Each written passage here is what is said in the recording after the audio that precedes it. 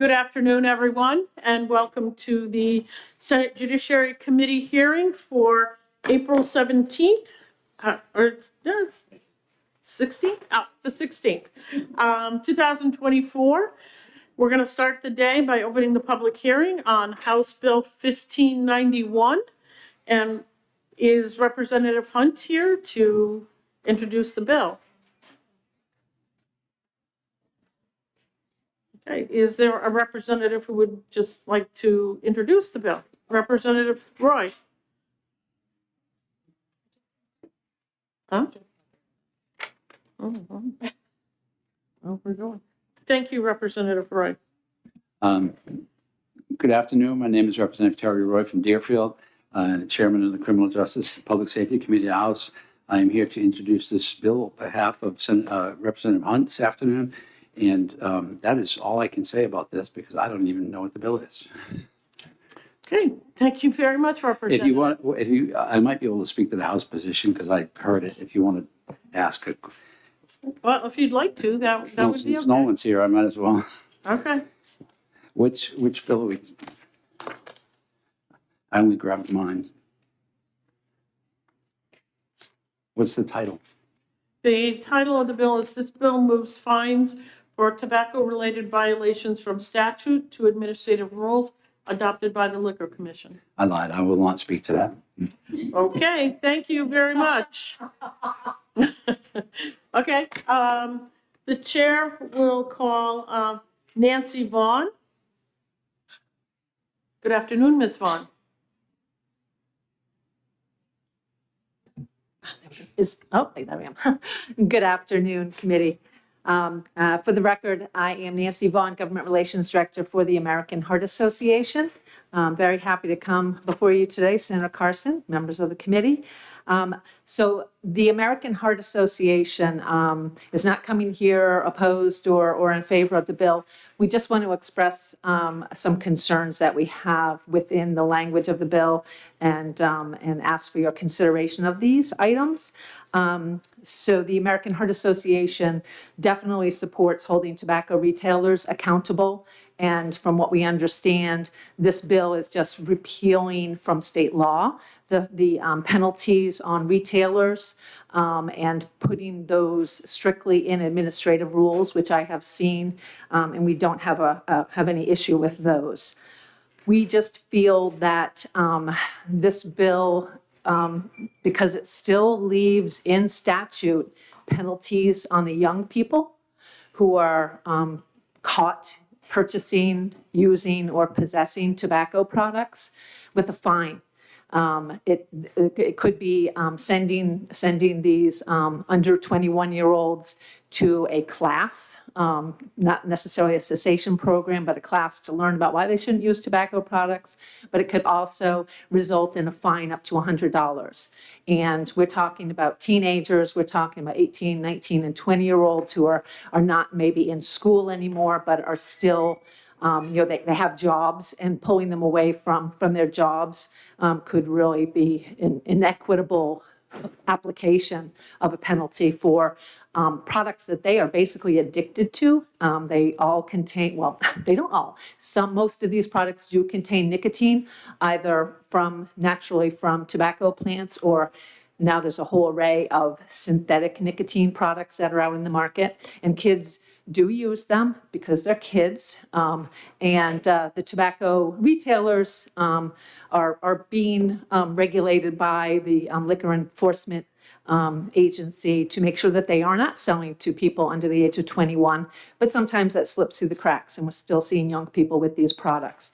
So, throughout the original law that this bill is adding to, there are several areas where there's a repeal for the penalties on the retailers, but leaving in place those penalties on the young people.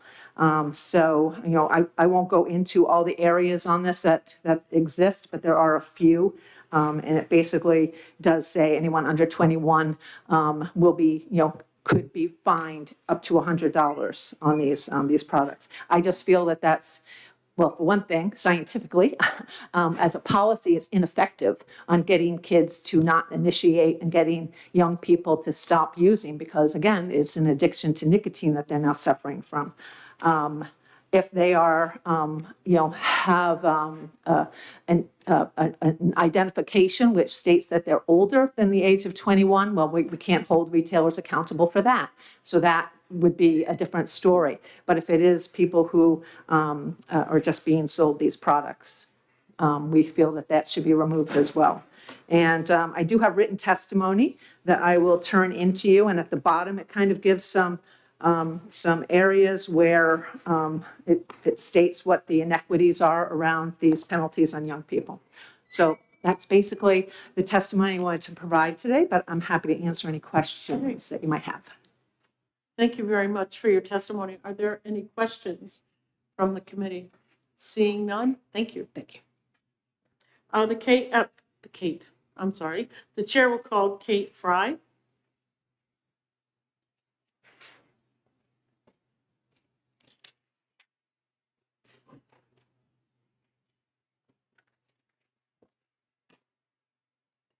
Good afternoon, members of the committee. My name is Kate Fry. I'm the Vice President of Advocacy at New Futures. I was hoping to follow the Liquor Commission Division of Enforcement. So if they didn't sign up, They haven't signed up to speak, so. they should follow up because they know much more than I do.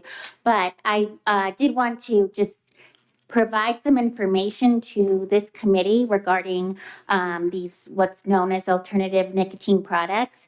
They're actually what's known as nicotine pouches, and they are popping up and easy to buy in convenience stores, and it's, to me, the next thing to vaping. So we worked so hard to make sure e-cigarettes were included in our definition of tobacco, so it could be age restricted, it could be regulated, and then as soon as you turn your back a little bit, another product comes in, and this is exactly what these products are, even though they may be intended to help people through smoking cessation, they are, again, being advertised and directed towards kids. I've worked in public health all my life, and sure enough, I have two late age teenagers, early 20s, who both were addicted to vaping, and now all their friends are using these products. So I would encourage the inclusion of that definition. As far as the rest of the bill, I'm neutral on. I do understand why violations would be moved from law to statute. It's just more flexible to deal with it that way. But besides that, I'm just speaking to the products. Okay, thank you very much for your testimony. Are there any questions for Ms. Fry? Senator Whitley? Thank you, Madam Chair, and thanks for taking my question. So are you suggesting some additional language that we should reference? And if so, can you send that to the committee? Yeah, no, actually, I'm in support of the bill that includes the definition already. Right. So I am in Great. support. There's no additional language on my Okay, end. great. Thank you. Sorry about the confusion. Okay, thank you. Are there any other members of the public that would like to speak to House Bill 1591? Sir, if you could come forward and identify yourself for the record.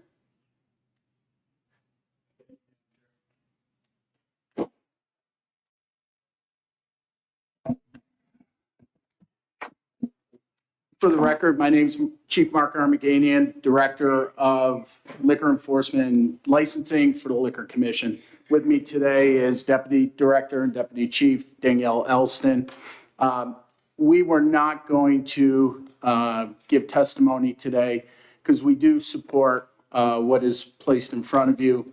But there are some confusing facts that have been put before you today that we find it very imperative that we speak to right now. So I apologize for my name not being on the list. I'll turn it over to Danielle. She's been working vigorously on this bill, so she has intimate knowledge of all the moving parts. Okay, thank you. Please identify yourself.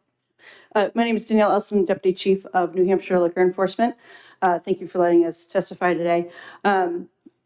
So just to start with the information behind this bill. Right now, tobacco licensees can sell tobacco as defined in tobacco and tobacco products, vape and e-liquid products is defined in our definition. As Kate Fry testified to, a new product has entered the market. These are the synthetic nicotine pouches. Those currently don't fall under the definition of tobacco in terms of the retail license. So that's what you'll see what this definition does. It doesn't change anything. We already are seeing this product in the market. This just authorizes or requires now a license to sell it. If you already have a retail tobacco license, you will be good to sell this product. There is no change, and that just adds this product as an authorized product under the license. In turn, what we have found since this product has come into the state, our agency has received complaints about underage individuals purchasing and using this product. And as we started to deal with those complaints, we again realized the definitions didn't match up in terms of the youth access and restricted age for these products. So what you'll see throughout this entire bill is we've defined the product as an alternative nicotine product. We've placed it under the tobacco retail license, and we've included it with the other tobacco and vape products that are age restricted. So it's just adding this product into all of those statutes as they apply. There's 3 penalties that can happen with any tobacco product, to now include this one as the amendment states. There's a penalty against the retailer who has the tobacco license. That is where you'll see the fines have been moved out of statute and moved into administrative rule. Penalties for the licensees by statute should be an administrative rule and not actually in other statutes. So we've cleaned those up. What's also happening right now is we are in a full rewrite of our 600 rules, which includes penalties against licensed establishments. So to take these out of statute and put them rule streamlines all the penalties for the industry so that all the licensee penalties live in rule. It keeps the penalties in statute as they are for clerks who sell to underage individuals or to the underage individuals who possess the tobacco product. These have not changed at all. We've just added the alternative nicotine product into that definition. Okay, thank you very much for your testimony. Are there any questions? Seeing none, thank you both for your testimony. Okay, are there any other members of the public who would like to speak to House Bill 1591? Okay, seeing none, close the public hearing.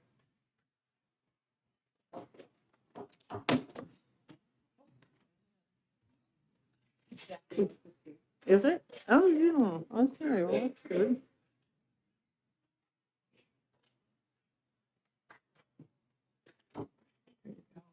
Okay. Let's see.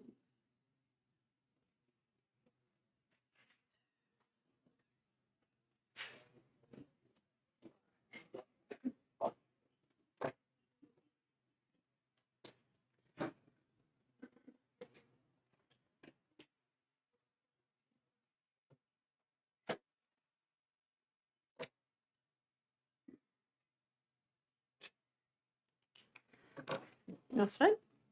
We're going to open the public hearing on 1713 and recognize the prime sponsor, Representative Shurtleff.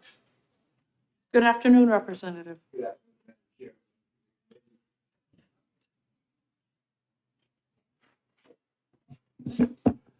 For the record, Madam Chair, my name is Steve Shurtleff, and I represent Merrimack District 15, which is Ward 1 of Concord, the village of Pennacook. And I'm here today to introduce and support House Bill 1713.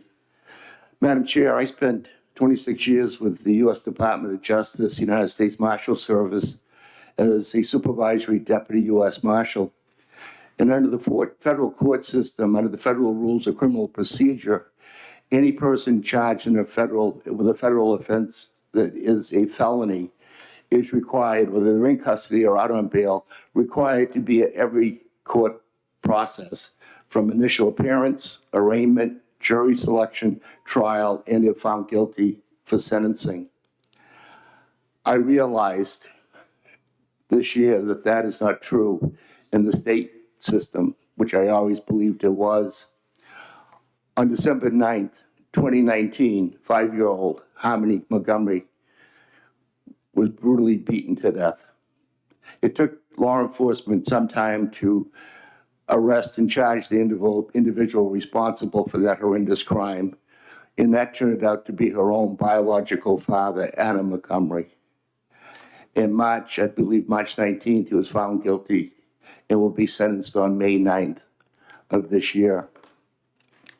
Adam Montgomery decided he did not want to come to the trial, and he didn't because there's no requirement for him to be there. He did not appear when the jury brought in a verdict. And now he has told counsel in the court that he will not be there for the May 9th sentencing. And that's why I filed this late bill.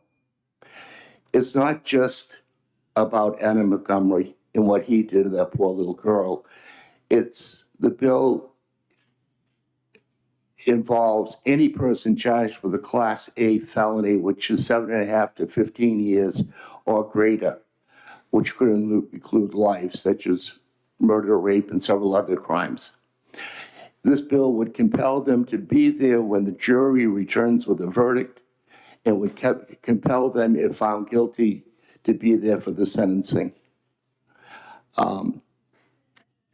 In our court system, whether the state system or the federal court system, there is great respect for those who serve on our juries and the hard work they do. The only time a judge will ever stand up in a courtroom is when that jury comes in to show them that they are the trier of facts while he is the trier of law. It's a partnership between the jury and the court. For a defendant not to be there to show that same respect to a jury, I think is outrageous. Likewise, if a person is convicted of these serious felonies, they should be there sitting at the defense table when that victim or a victim's family reads that victim impact statement. They should not be reading that to an empty chair.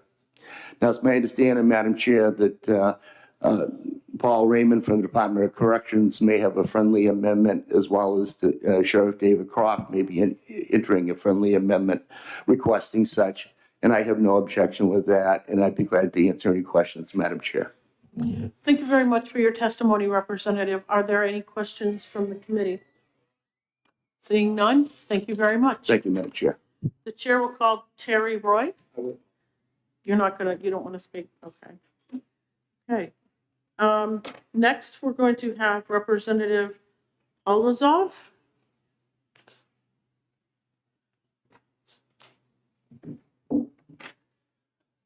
Thank you, Madam Chair. For the record, Yuri Polzov, representing Melmac 10, Hooksett, and Dunbarton.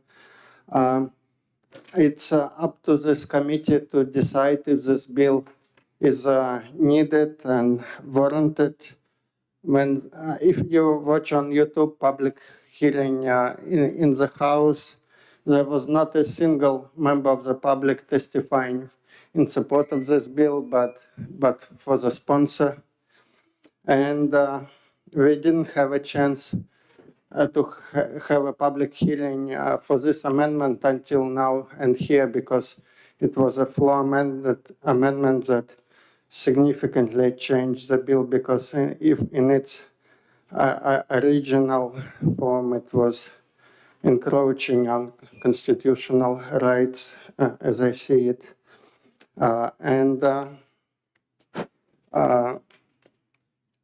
Its original intention, as you heard, was to turn process against Adam Montgomery, and I don't think that we need to punish people through process. We need to punish them through sentencing. I hope that this amended form does it better, but it's still not certain. So it's up to you to decide. And I think it's a bad practice to base a law on one incident just because we want to punish one specific assailant. So make sure that this bill gives have enough consideration. Thank you. Thank you very much for your testimony, Representative. Are there any questions from the committee? Seeing none, thank you very much. And if I may add, The idea is that, for example, victim family is unfairly stressed if they don't see an assailant when they're reading a victim statement. But also, many psychologists agree that presence of a person who is guilty may put additional stress on families, especially if it's something like rape case and they relieving some of those. So sometimes it's for the better if person is not there. Thank you. Thank you, Representative. Okay, the chair is going to call Paul Raymond.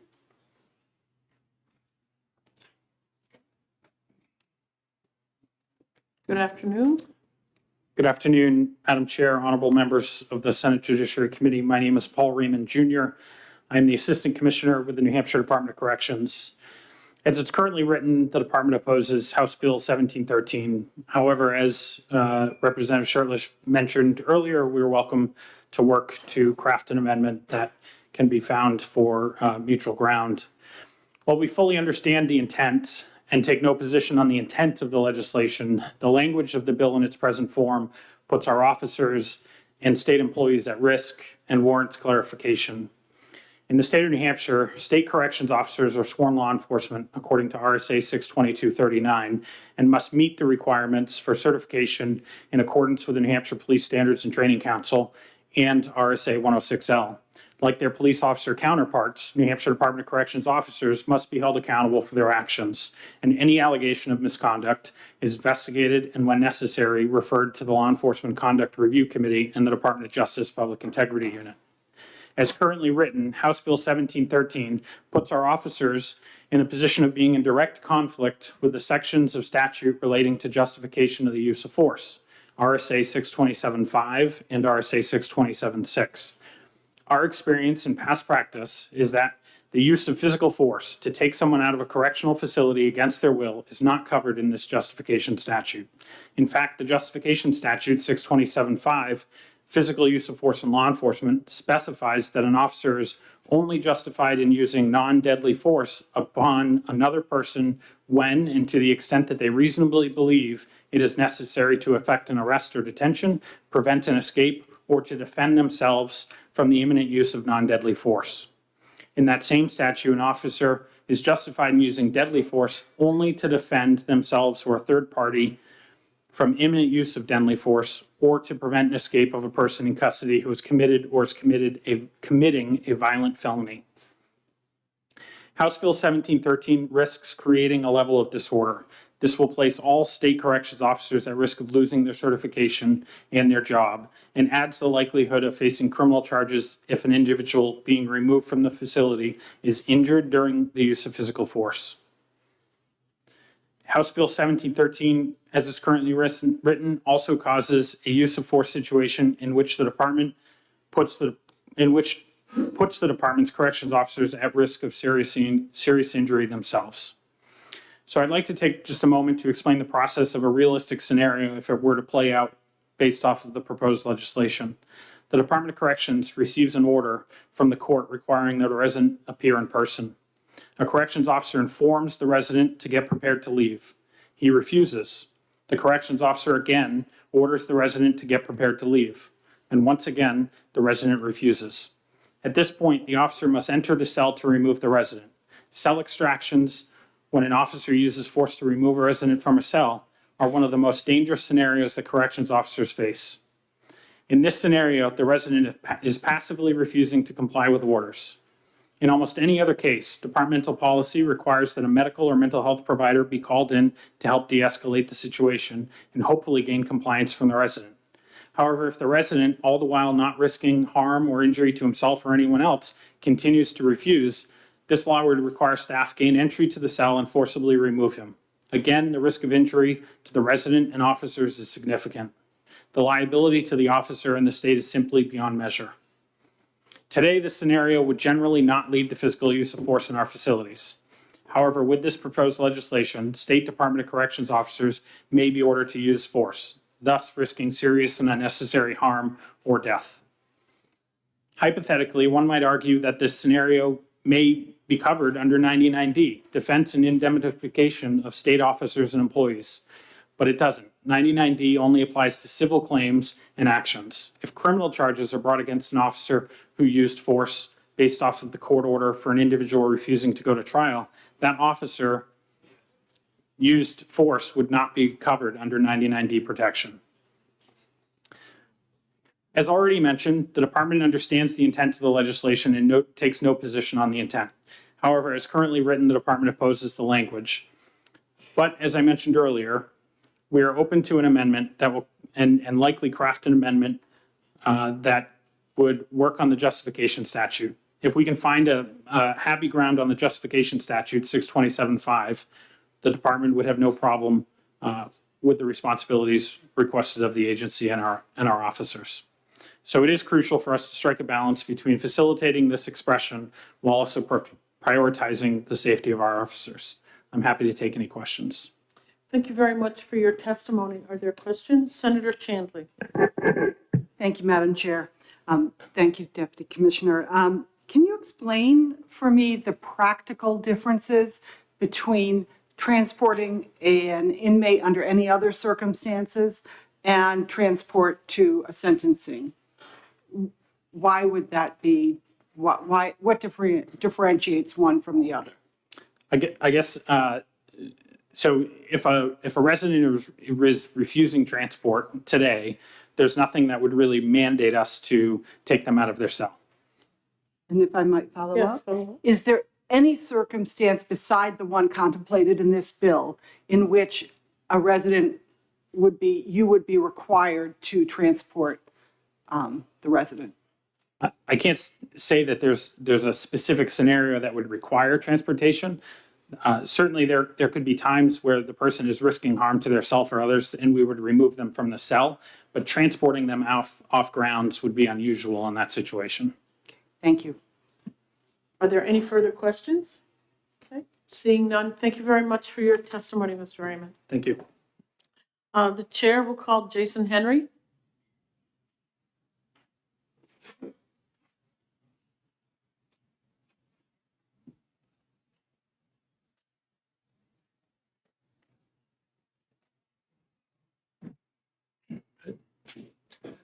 Good afternoon, everybody. My name is Jason Henry. I'm Superintendent of Rockingham County Jail. I pretty much concur with the same thing the state said. It would put our officers at risk if somebody was actively refusing to go to their trial or their sentencing hearing. And over my 20 plus years, it's been very rare that I've had to bring somebody in front of the court that has been actively engaged in refusing to go. What usually happens is we work with our mental health, we work with the courts. They usually delay and see if we can get somebody, if it's another day or two to go there. And if not, I have had in the past, the judge actually write a physical order. You will bring the body in front of us no matter what. Those are rare because we're asking our officers to go in and actually put hands on an individual, which can cause harm to the officers, cause harm to the person that's being leaving, which again, it can lead to lawsuits. And let's face it, it's a jail, so we get sued all the time. So my staff can be personally sued, and myself as the superintendent of the jail, everything falls under me, and I would get named in a lawsuit as well. So by putting this in statute, I do believe that we're putting some pressure on the county facilities to actually go hands on an individual who, quite frankly, could be in a mental health crisis for as far as I know. Refusing to go to the court, we're going to force them in a way that we could be using tasers, OC, hands on. What do you do when you get inside of a cruiser and they kick out a window? I've had to, what happens if they have no clothes on? What if? And if the law says you got to bring them, how does that look when you bring them to the court? So those added extra things, along with the state said, I concur that it's difficult. Okay, thank you very much for your testimony. Are there any questions from the committee? Seeing none, thank you. The chair will call Michelle Weatherby.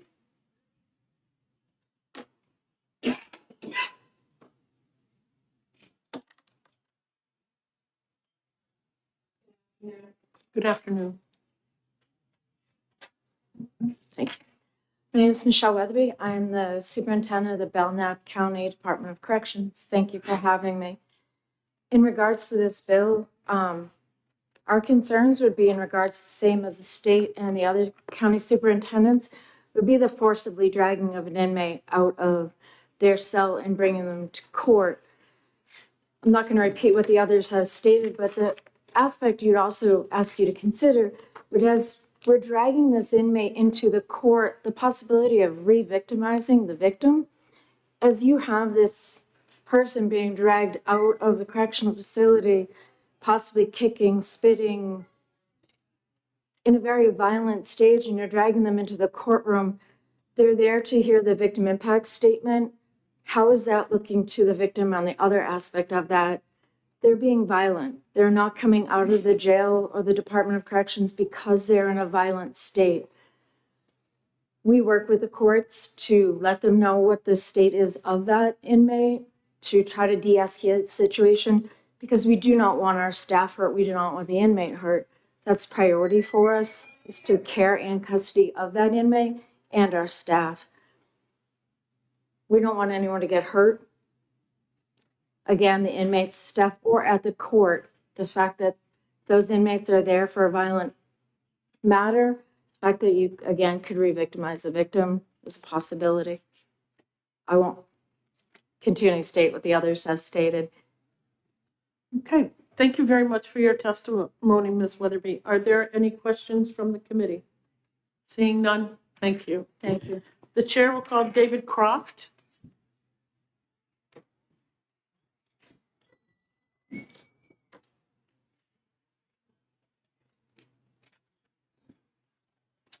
Good afternoon, Good Madam Chair, members of the committee.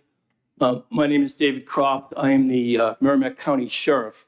I'm here on behalf of the New Hampshire Sheriff's Association. First off, we are neutral on 713. However, if it were to pass, the amendment that I just am sharing with you is a big concern to us, and we believe that it needs to be in place. Currently, by way of background, all of us, when I say all of us, I mean all 10 counties, when we send a deputy to either the House of Correction or to the New Hampshire State Prison to pick up an offender and bring them to court, 99.9% of the time, we only send one deputy. When we get there is the first we hear if that individual is refusing or to go to trial or to court. The way this bill is currently written, it would require us to go into the cell block and help with extraction of that individual. A big concern of ours is that it doesn't really come out and say that the Department of Corrections would be there to assist us. Testimony today sounds like they would, but that doesn't mean that administration down the road would have that same mindset as to what is a law enforcement officer and what isn't. So that's why we asked for that amendment, that it would ask that the Department of Corrections and any superintendent of any House of Corrections would render assistance to any of our deputies if in fact this bill passed and we had to remove somebody from a cell. Okay, thank you very much. Thank you. Are there any questions from the committee? Seeing none? Thank you. Again, thank you very much. Are there any other members of the public that would like to speak on House Bill 1713? Okay, seeing none, we'll close the public hearing.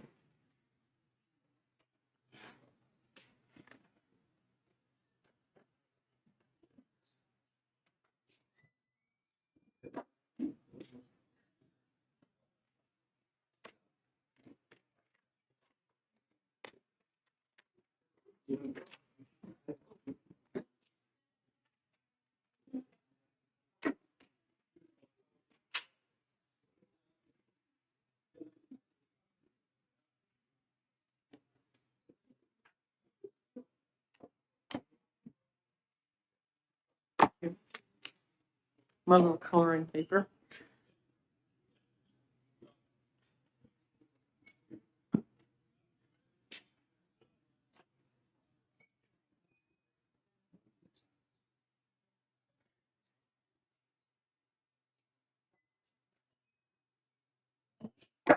We're going to open the public hearing on House Bill 1214 and call on Representative Silic, who is the prime sponsor. Thank you.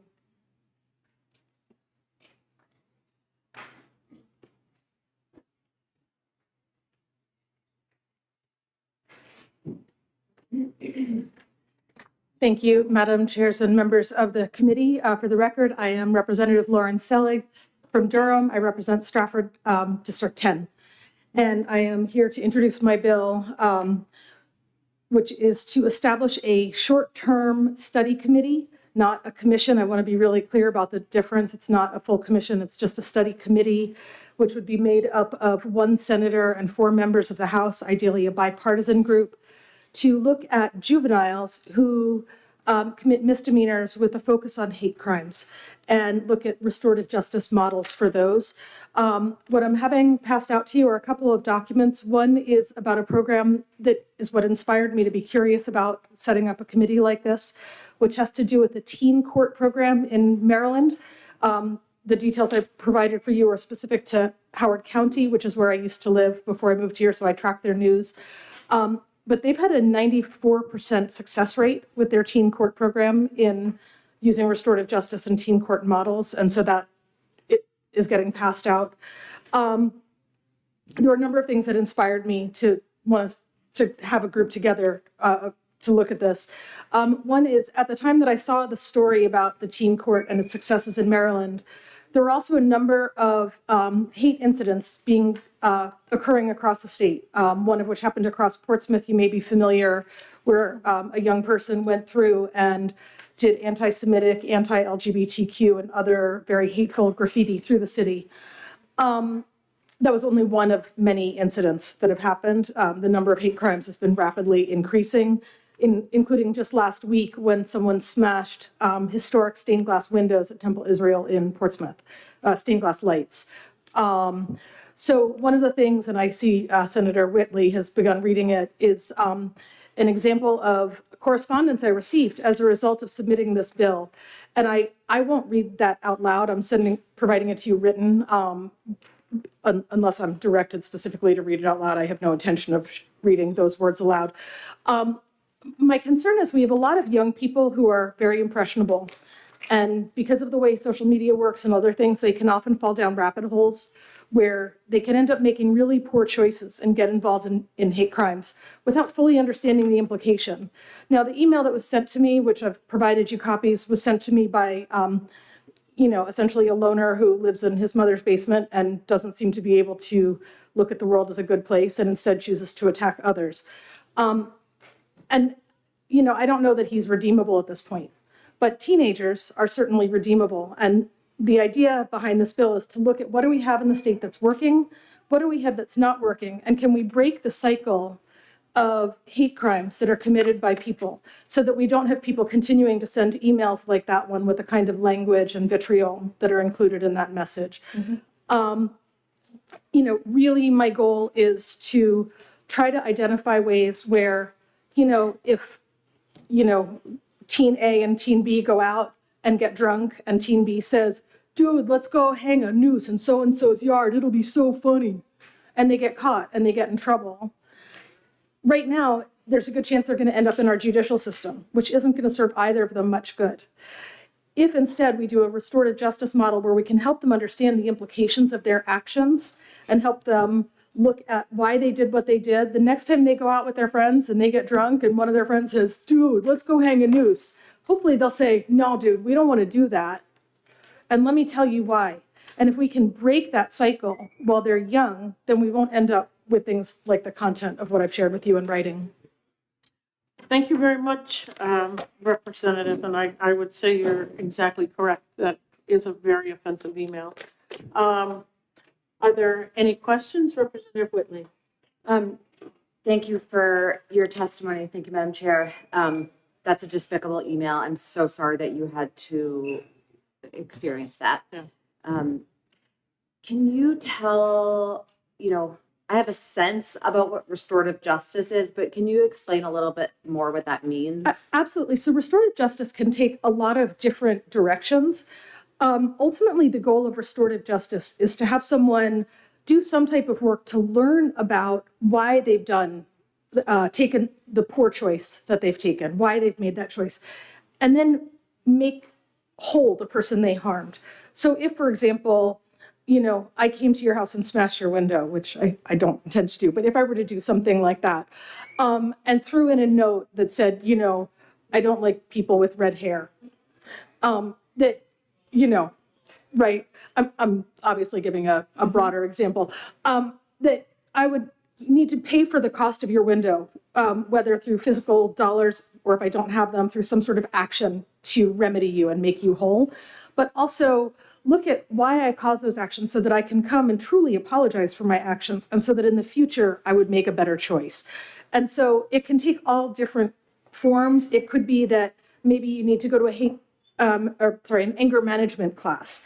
Maybe you need to take classes to learn about history of something. Maybe you need to write a paper.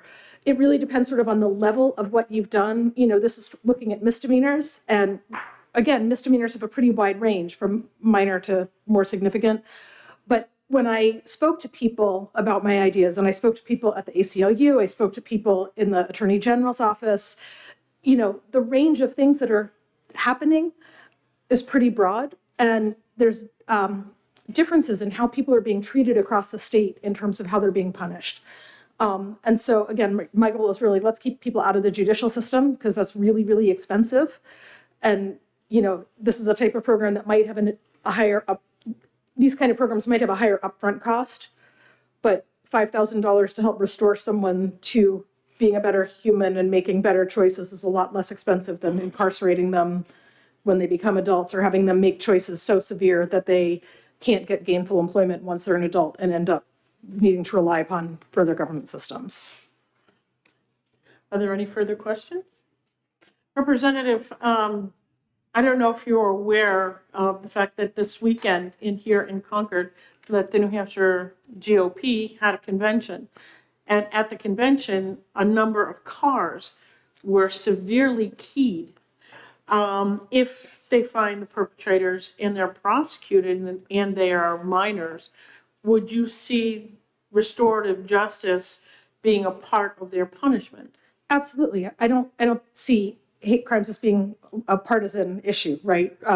What they did was wrong. And if they are in fact minors, one would hope that we could talk with them about the appropriate way to address their frustrations with the political party, you know, through letter writing or testimony or running for office themselves, rather than through actions that damage property and people.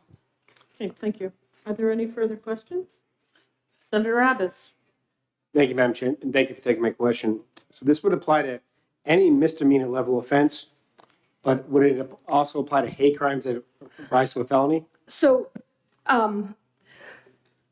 in crafting the bill and trying to figure out where this was all going, I had maybe 40 different ideas of different directions to take, which is why I spoke to colleagues who suggested putting together a short-term study committee. I don't know whether we would ultimately take it to felony level, but I'm sure if legislation came out of conversation that was appropriate to that, we would certainly be able to draft that. And I'm not opposed to getting to that, but we are trying to keep the study committee's focus narrow because again, the goal is maybe like 4 meetings. You know, it's not to be a long-term commission. There is a commission that looks at juvenile justice and they have a huge amount on their plate. This is to just look at this narrow point and try to craft language around it if it's needed. Or maybe what we'll determine is there's sufficient programs and we don't need more. Okay, are there any further questions? Okay, seeing none, thank you very much for your testimony, Representative. Thank you. And I will say it did have bipartisan support coming out of committee and was unanimous consent on the floor for us. Thank you. Thank you. Okay, are there any other members of the public that would like to speak to House Bill 1214? Okay, seeing none, we'll close the public hearing.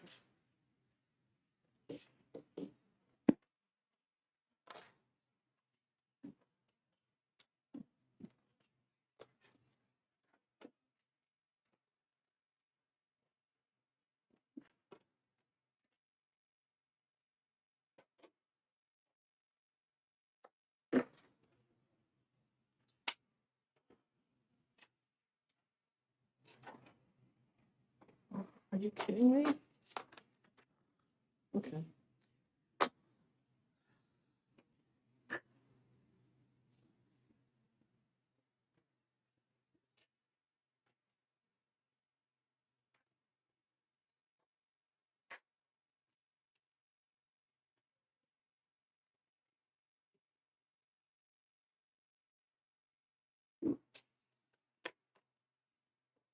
That's it.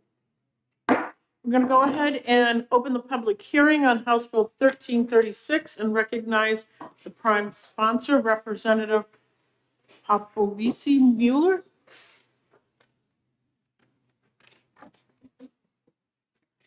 Thank you very much, Chairman Carson and members of the committee. I appreciate your time, and I'm gonna have an unusually short testimony. I estimated it at about 90 seconds, which for me is amazingly short.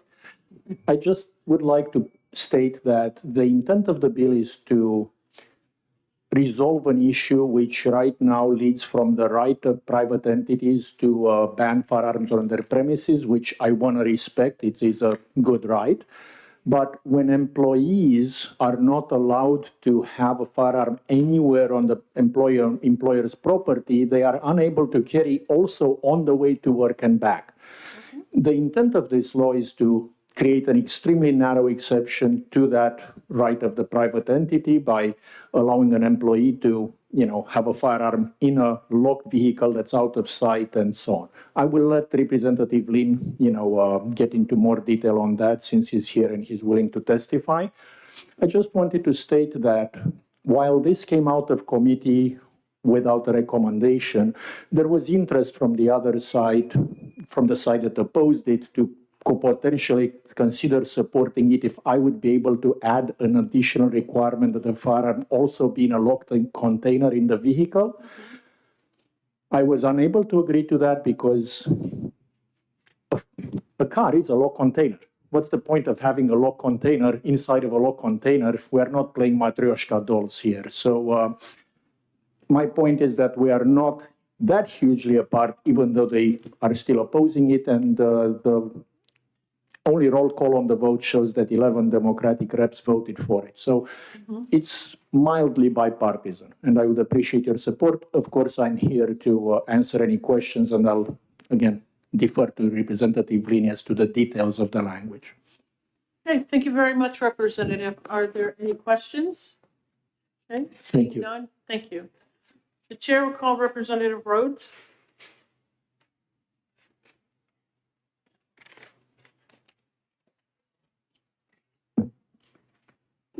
Good afternoon, Madam Chairman. Good afternoon. For the record, I am Representative Jennifer Rhodes. I represent Cheshire County District 17, Winchester, Richmond, Swansea, Troy, and Fitzwilliam. I am here today representing the Criminal Justice Committee as the Vice Chairwoman. As amended, House Bill 1336 will prevent an employer from being held liable if a person is to illegally acquire a firearm from a person's vehicle that is legally allowed to possess one.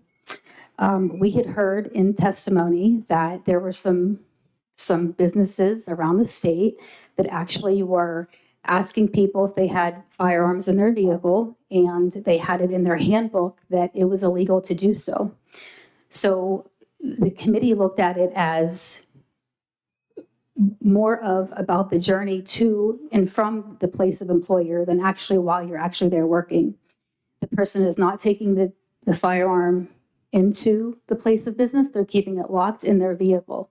This will simply allow a person to protect themselves as they would on their way to or from any other place. It will be in the car. It will remain locked. Essentially, the employer would have no way of knowing that it was in the car in the first place.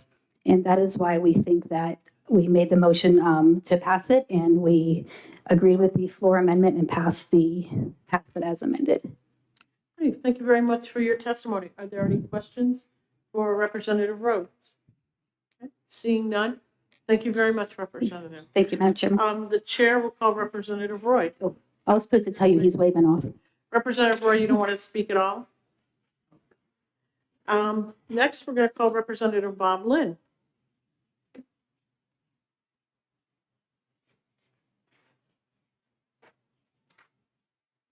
Madam Chair, members of the committee, I'm here in support of this bill. And I guess, on the theory that sometimes a practical example is really gives you good, kind of a good insight into why this bill is necessary. So my hobby since I was in junior high school has always been target shooting. And when I was at the Supreme Court, I use this as an example. I live in Wyndham. The Supreme Court is in Concord, and every Tuesday night, I would shoot over at the Major Waldron Sportsman's Association in Barrington. Now, fortunately, the Supreme Court did not have a rule that said you couldn't have a gun locked in a case in the parking lot of the Supreme Court building when you went to work. But imagine if it did. That would, the round trip from Wyndham to Concord to Barrington back to Wyndham is probably around 80 miles. Maybe it might even be a little bit more than that. So imagine if that was the rule for this state employer. You can't have a gun in the parking lot of your car. That would mean effectively that I would no longer have been able to go shooting on Tuesday night unless I wanted to drive back home, then drive all the way over to Barrington. It just, and there's no good reason for that. Now, I'm not somebody that normally, I mean, I do have, you don't need a permit anymore, but I do have one anyway. I'm not somebody that normally carries a firearm. I only do it for target shooting, and this was a .22 rifle. That's the kind of target shooting I do, locked in a case in my car. But I think that shows the sort of the practical example of why this legislation is necessary. Because if an employer could prohibit that, it has very significant impacts, as the prior witness mentioned. Somebody who does want to, carry a firearm legally would be prohibited basically from carrying the firearm on the way to work or on the way home. And although it is, as was stated, it is a balancing. There's no question that, I suppose, to some extent, you can say that if this bill were passed, it does implicate an employer's property right. There's no question. It is some, I would say, very minimum infringement on an employer's property right. What you have to balance that against is the citizen's right to keep and bear arms. And it seems to me that this here, the balance in my view, tips in favor of protecting the Second Amendment rights. If this went further, if this was a bill, for example, that said no employer could prohibit a person from carrying a firearm in the workplace, as opposed to just having it in the car, then I would say personally that goes too far. That the employer's property rights in that circumstance are more important than the Second Amendment right of somebody. But if it's just in the car is locked, the firearm isn't visible, it seems to me that there the balance tips in favor of the Second Amendment. And with that, I'm happy to take any questions. Thank you very much for your testimony, Representative. Are there any questions? Senator Abbas. Thank you, Madam Chair, and thank you for taking my question. I understand a lot of employers and the property rights issue. My experience in having conversations with employers where a lot of the concerns they have really is the liability of allowing firearms on their premises. So if this were to, because this one, it has the, it basically has an exemption provision in there. Can you maybe explain that? Sure. So I think, I think that's one of the reasons that the exemption is in there, to say, look, to employers, to the extent this law is now telling you have to allow people to have a firearm locked in their car, to the extent that somehow you're concerned that that's going to make you liable if somebody, if a thief breaks into the car or whatever and uses the gun unlawfully, we're telling you by this that you will not be held liable in those circumstances. So I think that's I think it's an appropriate provision to have in there. Thank you. Okay, are there any questions? Seeing none, thank you very much. Thank you. The chair will call Representative David Muse.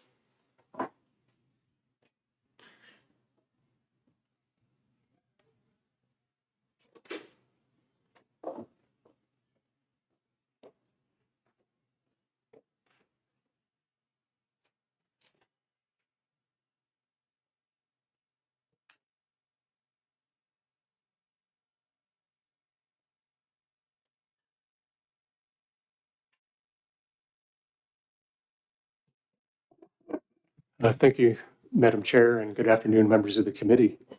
What concerns me about this bill are two things. I think the first thing is the message that this sends. New Hampshire has never allowed guns on private property in a situation where a property owner has told people that they don't want guns on the property. Even though the bill actually contains that statement at the very end. One of the concerns that I have is that not everybody out there reads the entire bill when they hear about something like this. The other thing is, as amended, I think the idea of the amendment was to give the perception that somehow we were narrowing this bill and that it wasn't going to encompass every business in the state. But one of the things I want to call your attention to is the language that actually does that. So the bill would actually apply to a public or private employer who receives public funds from any source, irrespective of the level of funding. So essentially, what that translates into is no matter how small the amount of money that's received, basically, this law would apply to you. So bottom line is if you have a lunch order that's paid for by a state or a municipality, whoever fills that lunch order will now have the privilege of allowing employees on their property with firearms, regardless of what their policy might be. If you're a daycare center that receives public funds, this would apply to you as well. I also wanted to call your attention to the fact that I saw an article in New Hampshire Business Journal that said in 2022, nearly 300 New Hampshire small businesses won $188 million worth of government contracts.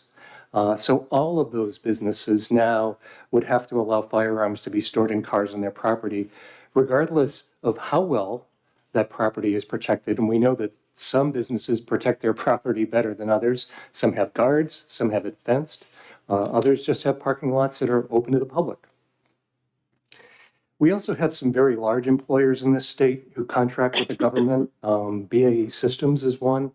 And companies like that may actually have very good reasons for not wanting to have firearms in people's trunks on their property. I think one of the things we need to realize is that in this state, adults who aren't felons or domestic violence offenders or people who are subject to protective orders have the right to bring a firearm, to possess a firearm. But what they don't have is the right to bring that firearm onto private property where the property owner has expressly declined to give them permission to do that. So what this bill does is it opens a door that I think needs to remain shut, and certainly would need to remain shut without a significant amount of work. And one thing I also want to call your attention to, the provision in the bill that provides civil immunity for anything bad that may happen as a result of this bill. One of the things I want to ask you to do is to just consider the fact that the very presence of this in the bill implies that there is a level of risk in taking this action. So what I would strongly urge you to do is not to put employers in this state or employees at any more risk than they already are. And let's just leave things the way they are now. Let's just leave well enough alone and not pass this bill. And with that, I can answer any questions you may have. Thank you very much for your testimony, Representative. Are there any questions from the committee? Seeing none, thank you. Thank you. The chair will call Marissa Chase.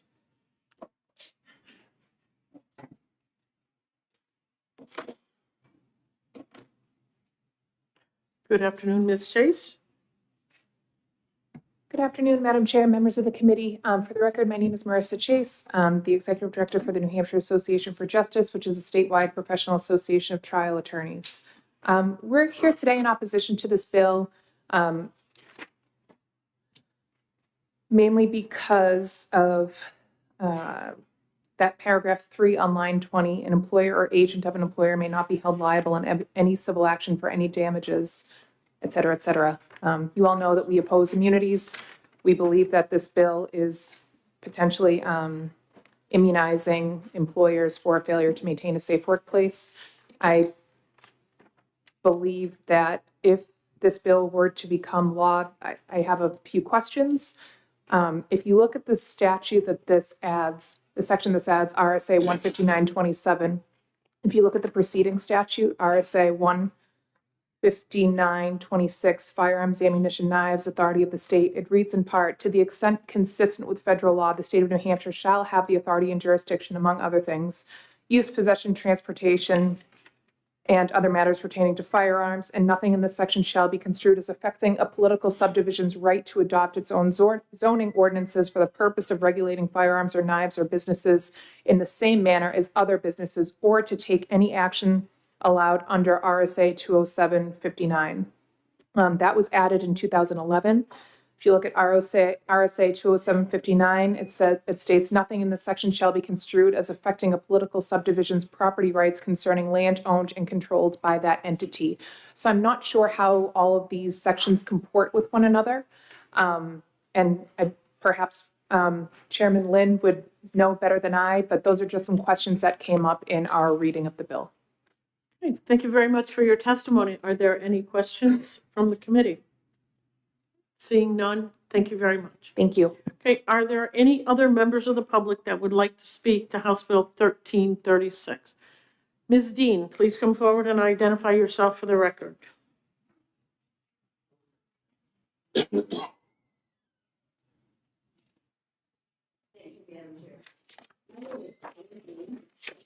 You have to turn the microphone on, please. Yes. My name is Penny Dean. I'm from Concord, New Hampshire. I'm a private attorney, and I'm admitted in Maine, New Hampshire, Massachusetts state courts, federal courts as well, United States District Court for the DC Circuit, and the United States Supreme Court, and other agencies as well.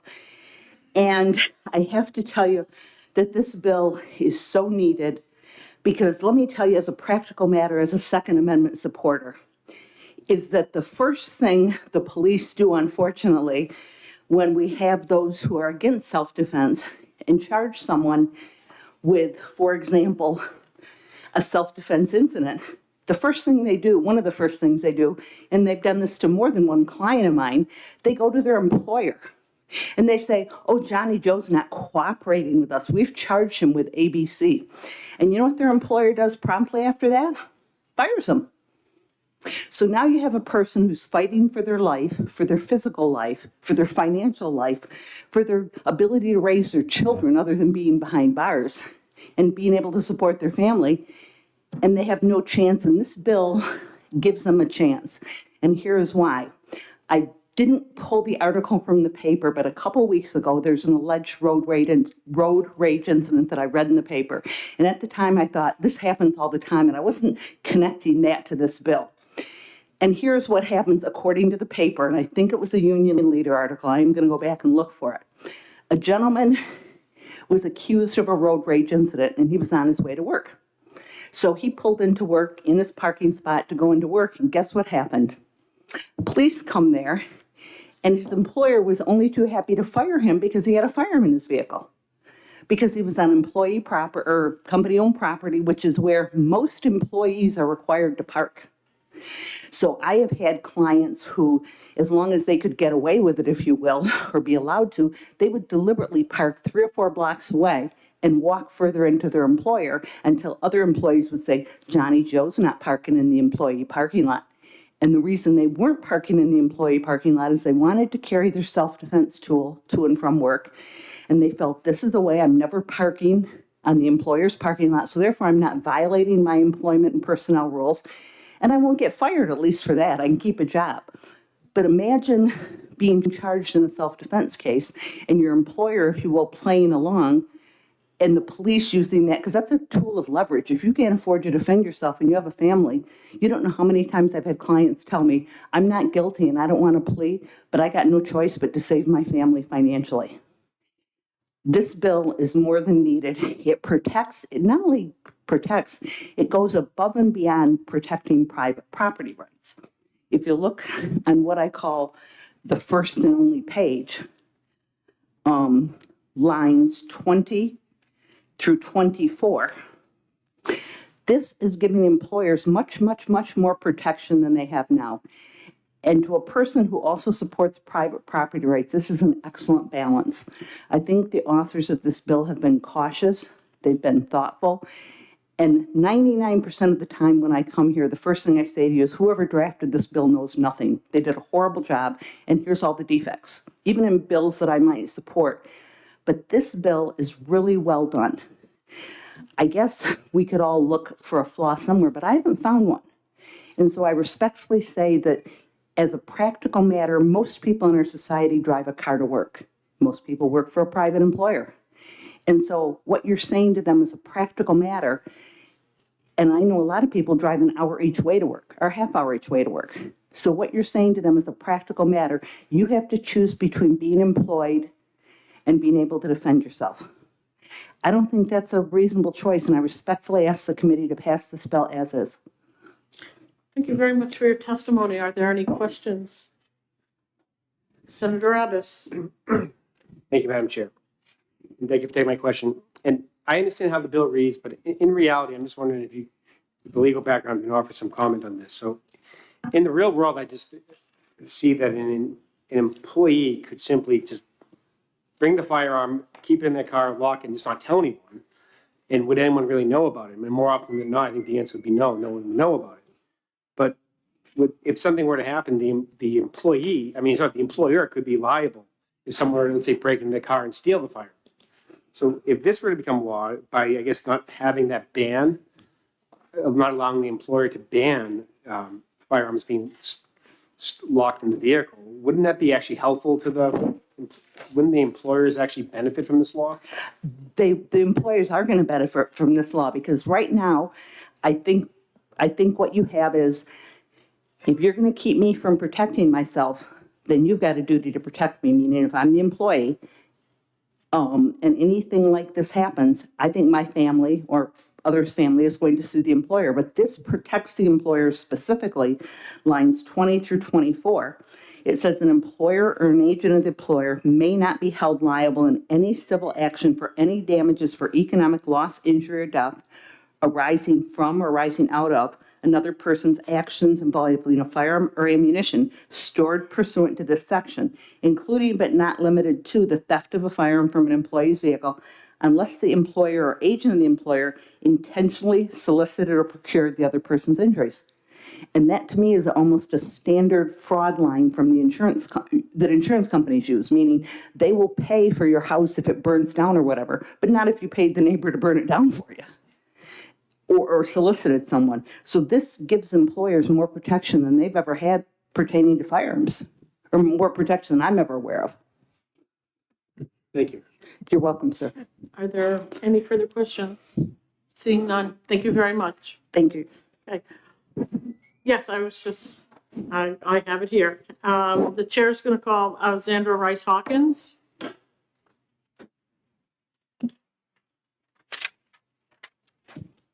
Good afternoon. My name is Andrew Rice Hawkins. I'm the director of Gun Sense New Hampshire, project to grant state progress.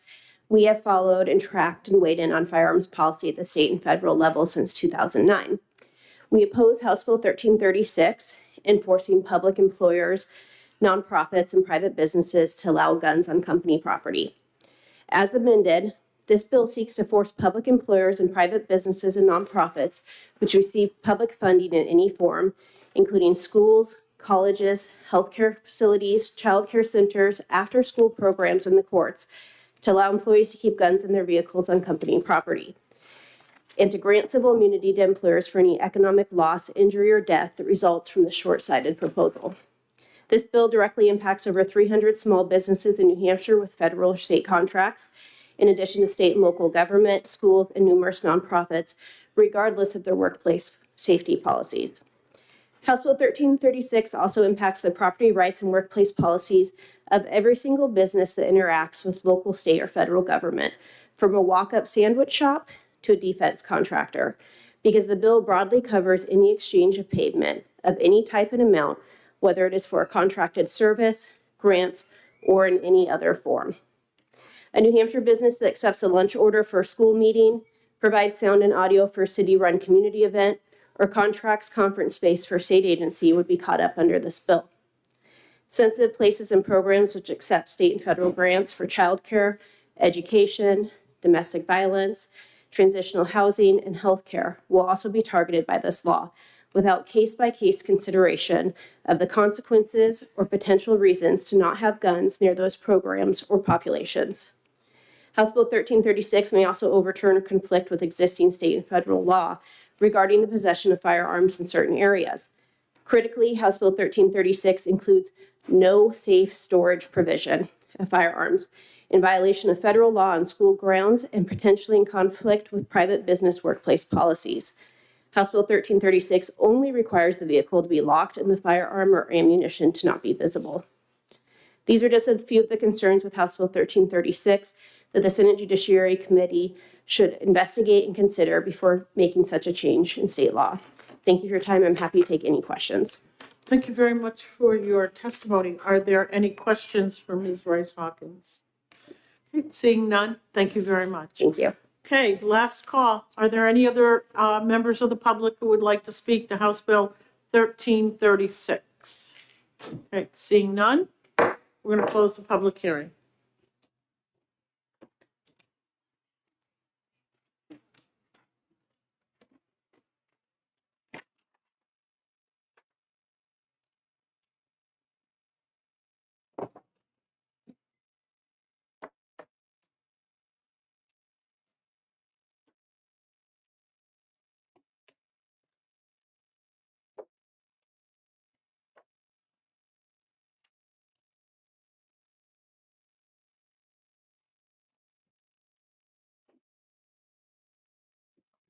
People signing up.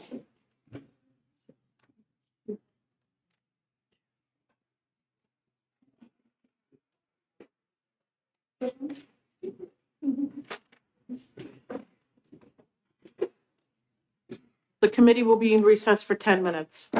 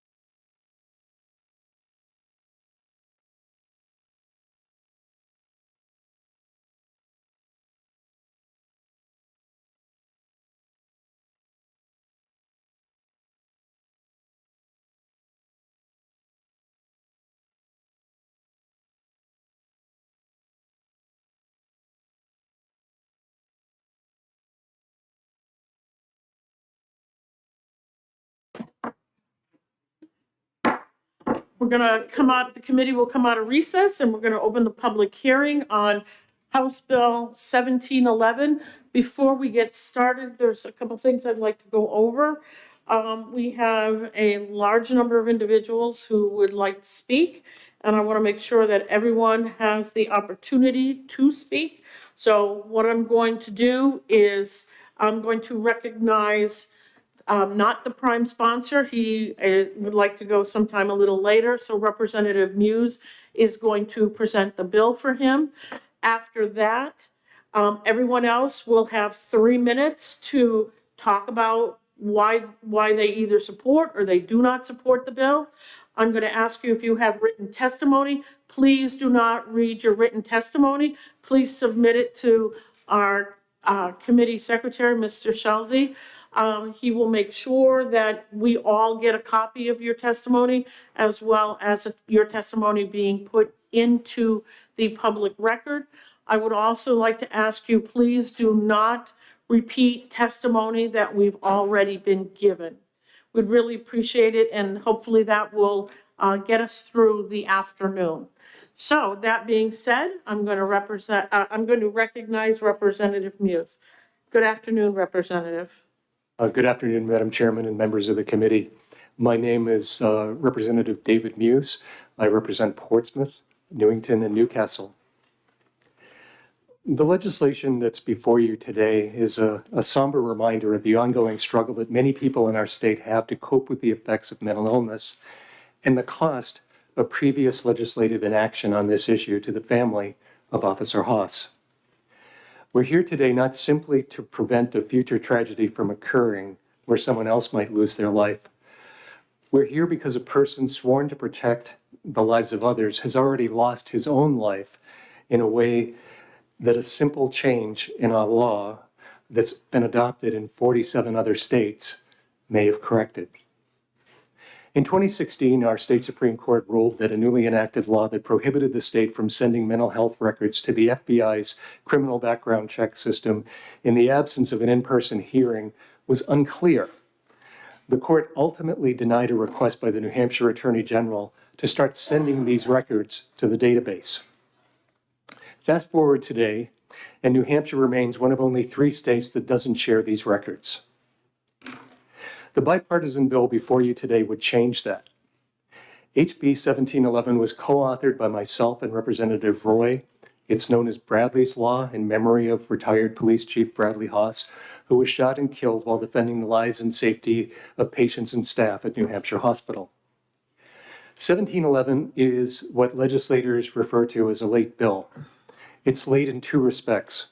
It was filed after the legislative deadline with permission from the House Rules Committee, and it comes too late to save the life of Officer Haas. However, our goal is to make sure that it doesn't come too late to save the lives of others. The bill before you was carefully written with review and input from the Attorney General's office to make sure it complies with applicable state and federal laws that would actually authorize mental health reporting data to be reported to the FBI firearms background check system. Although our primary goal was to close the gap in our law that may have cost Officer Haas his life, we also understood from the start that we didn't want to do it at the expense of further stigmatizing or traumatizing people who are already in crisis. To help us meet this goal, we sought input on the bill from New Hampshire hospital staff, mental health advocates, including NAMI New Hampshire, the New Hampshire Disability Rights Center, and the New Hampshire Psychiatric Society. Their concerns are not only reflected in the final bill, in many cases, their specific recommendations for wording have been included in the bill itself, and some of those folks are here to testify today. What this bill does is directly and decisively address the conflict in our law that may have cost Officer Haas's life. It has 3 major parts. The first part authorizes the New Hampshire Judicial Branch to be the single reporting entity to the FBI's National Instant Criminal Background Checks System, or NICS. It authorizes the court to report people adjudicated in the court system under 3 separate circumstances. Number 1, in cases involving a non-emergency and voluntary mental health commitment. 2, in cases where a person accused of a crime has been found not competent to stand trial and where the court has found their illness could make them a danger to themselves or to others. And 3, when a person on trial has been found not guilty by reason of insanity. Only people whose cases have been adjudicated by the courts under precise procedural circumstances would be reported. So contrary to what you might have heard, the bill does not sweep up anyone and everyone who has ever been treated for a mental illness. The bill was also explicitly written so that people who voluntarily seek treatment, as well as people who are involuntarily hospitalized for assessment and evaluation during a temporary mental health crisis, are not reported either. Also included in this part of the bill at the request of the New Hampshire Disability Rights Center are privacy provisions that restrict the data that can be shared with NICS to the individual's name, social security number, birth date, and the reason code for the prohibition. No additional mental health or treatment records, confidential tax or financial data, or library records can be shared. The second major part of the bill outlines the process for relinquishment of firearms. In this part of the process, we listen to the mental health and the disability rights advocates and work with them to come up with a process with proper notifications and due process that respects the rights of people who are already under severe mental duress without further traumatizing them. Under the bill, simultaneously with adjudication of an individual's status, a judge would have discretion to order a person to relinquish his firearms and ammunition to law enforcement, or to transfer them to another person, or to order them confiscated by law enforcement no later than 48 hours after the order is issued. The third major part of the bill is a process for restoring firearms rights to people whose mental health improves. This relief from disability provision gives a person prohibited from purchasing or possessing a firearm under this statute the right to a hearing and the right to legal representation within 60 days after a petition for relief has been filed. Also included is a requirement for completion of an independent psychiatric evaluation. To ensure New Hampshire citizens are provided with the ability to have their rights restored, the bill will take effect only after the Attorney General receives approval of this act from the United States Bureau of Alcohol, Tobacco, Firearms, and Explosives, or other such agencies that may be required by federal law. The bottom line is that our obligation to protect public safety should never be a license to stigmatize or discriminate against people with mental illness. Under our laws, they should enjoy the same civil rights and the same protections as everybody else. HB 1711 is a bill that accomplishes these goals and closes a critical public safety gap that may have already cost the life of a man who devoted his life to public service and to the protection of others. I urge you in the strongest possible terms to please give the bill your full support, and I will answer any questions you may have, or I will try to answer any questions you may have. Thank you very much for your testimony, Representative. Are there any questions from the committee? Senator Gannon. I'm going to listen to your testimony again because you have a lot to say. But on one little thing that's, I think it's section 3, page 2. You were talking about someone turning in, if they're ordered to turn in their weapons or whatever, 48 hours, I think under section C. If they were a danger and they shouldn't have the weapons, shouldn't that be immediate? I think I haven't really got time to read this. that is, I think that's one of the options that's available to the discretion of the court is to do that, I believe. Wasn't a big question. Thank you. Are there any further questions? Okay, seeing none, thank you very much, Representative. Okay, just to remind everyone, the bill has been presented by one of the sponsors. All the other individuals coming forward at this time will be given 3 minutes to talk to us about your position on the bill. Next, we're going to call Representative Cyril Ars. Ars, okay. Okay, let me know when you are ready to go.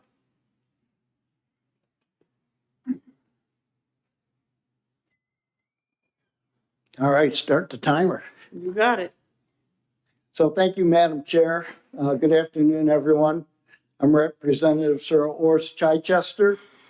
I just want you to know that I'm a white extremist. And I believe that I'm in jeopardy of losing my Second Amendment rights under this bill, if it ever became law. The Washington Post says, right-wing violence extremists are on the rise. The Democrats have already labeled me extremist.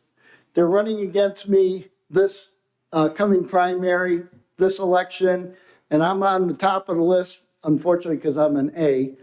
But it's like, this guy's an extremist and we got to take him down.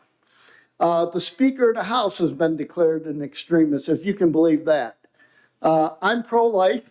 I'm against transgenderism for minors, just like Representative Jonah Wheeler. I'm a white veteran. I'm a guy a former president says is dangerous. I cling to my guns and my religion. This isn't a mental health bill. This is a red flag law, is what they're trying to do here. The New York Times says everyone involved with the GOP is an extremist, a threat to our country. If this bill 1711 becomes law, I can see one day in the future where I'll be losing my rights and many other Republicans, especially those that are representatives that are tagged with their votes. They know who we are. There's approximately 32,000 firearm laws in this country. Do you think one more law is going to change anything? I'll tell you what would have helped Bradley Haas.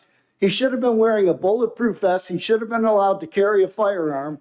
And when that guy pulled that firearm, I know if it was me, I would have shot his ass dead. If I had a bulletproof vest on, I would have had enough time to respond.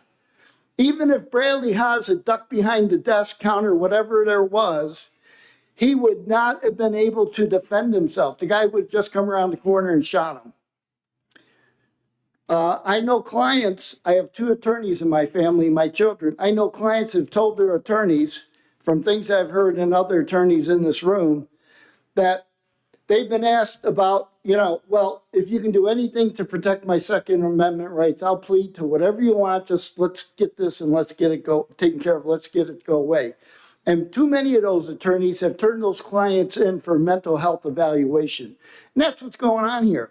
I know Rep. Roy means well and other Republicans that may have voted for this, but they have been sadly deceived. And I want everybody to know they have been deceived. One other thing, if we want to take weapons away from people, we already know where the weapons are. People fill out a 4473. There are no gun loopholes or anything unless it's done on the side in private. There are none of these fake loopholes. 4473s will tell us where the weapons are. Representative, your time is up. Thank you very much. So we know where the weapons are if we want to take them away. Thank you very much. I appreciate it, and I'm open and gladly willing to take questions. Thank you very much for your testimony. Are there any questions for the representative? Okay, seeing none. Thank you very much. The chair will call Representative Hull. Let me know when you're ready so I can start the timer, please.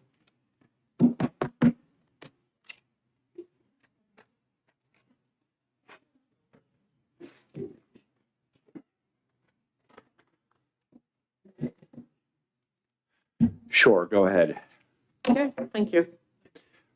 Representative Hull, serving the towns of Dunbarton, Hooksett, Allenstown, and Epsom, here testifying in opposition to House Bill 1711. First, with all respect to former Officer Haas, the fact that the state may have disarmed him according to the news reports is part of the problem. We should be addressing the problem with the bill. As filed, this is kind of under the never let a crisis go to waste. And instead of addressing the real issue at hand, we're trying to expand gun control. Secondly, the former speaker that introduced the bill talked about 47 states have adopted some similar legislation. If 47 cars drive off a cliff, it doesn't mean the next 3 should as well. Lastly, this bill makes criminals out of those with mental health issues. That's the issue at hand.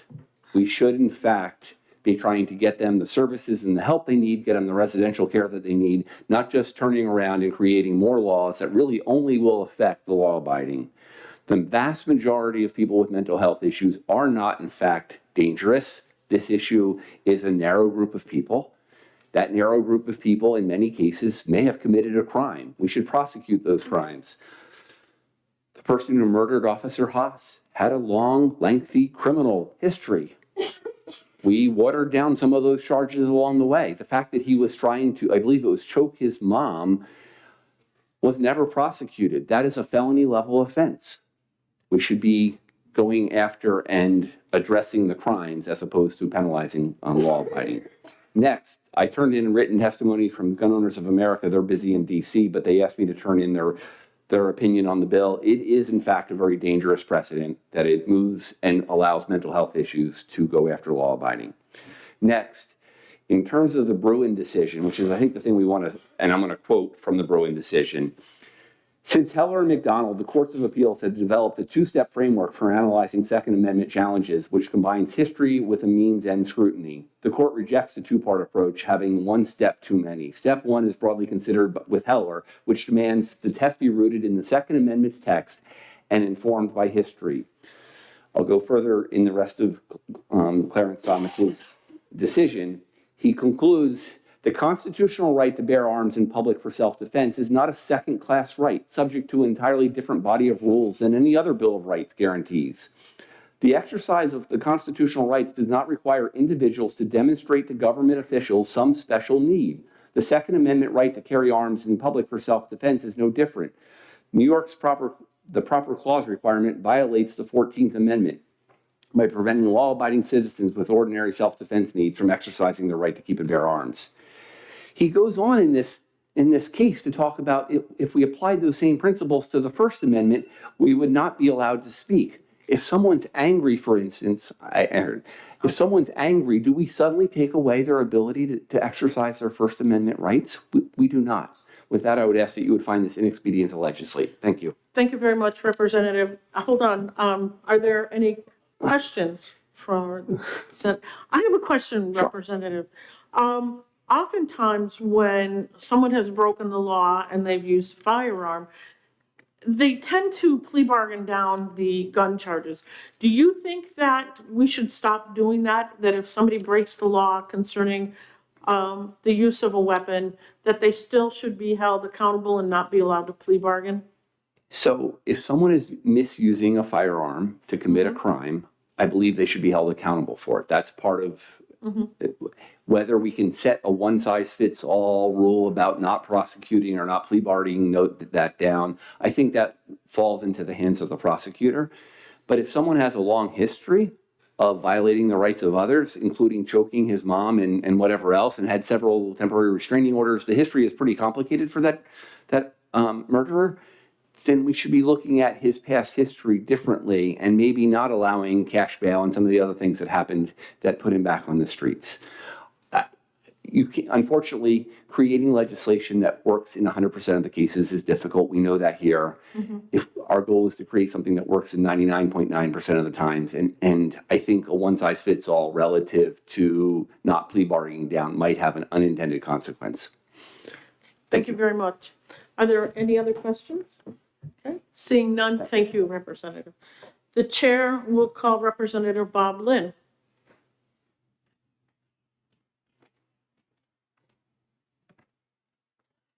Let me know when you're ready, Representative, and we'll start the timer. Thank you, Madam Chair. I'm ready. Madam Chair, members of the committee, I think this is the first time in my life I started testifying in opposition to firearms laws when I was a senior in high school. And this is the first time in my life that I can recall that I've testified in favor of one. But I think that this bill is a good bill and that the Senate should pass it. I disagree with one of the prior speakers who tried to analogize this to a red flag law, because it really is much different than a red flag law. My general inclination would be that red flag laws are not a good thing. And the significant difference between this and a red flag law is generally a red flag law is designed to prevent a person from doing one thing, having firearms. That the claim is basically that a person is dangerous, and in the red flag law context, a person is dangerous and we should take away his or her firearms. But that's all.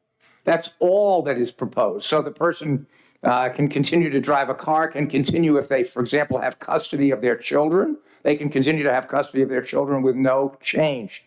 This is entirely different. this allows firearms to be taken away, or you're not, firearms to be taken away, or you're not being able to buy a firearm if a court has already made a determination by clear and convincing evidence that a person is dangerous, and generally that the person needs to be in some fashion involuntarily committed.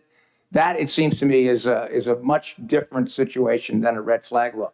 If I could just, and I know my time is limited, if I could just point out a couple of things that I think sort of technical issues that I hope the committee, this committee will focus on.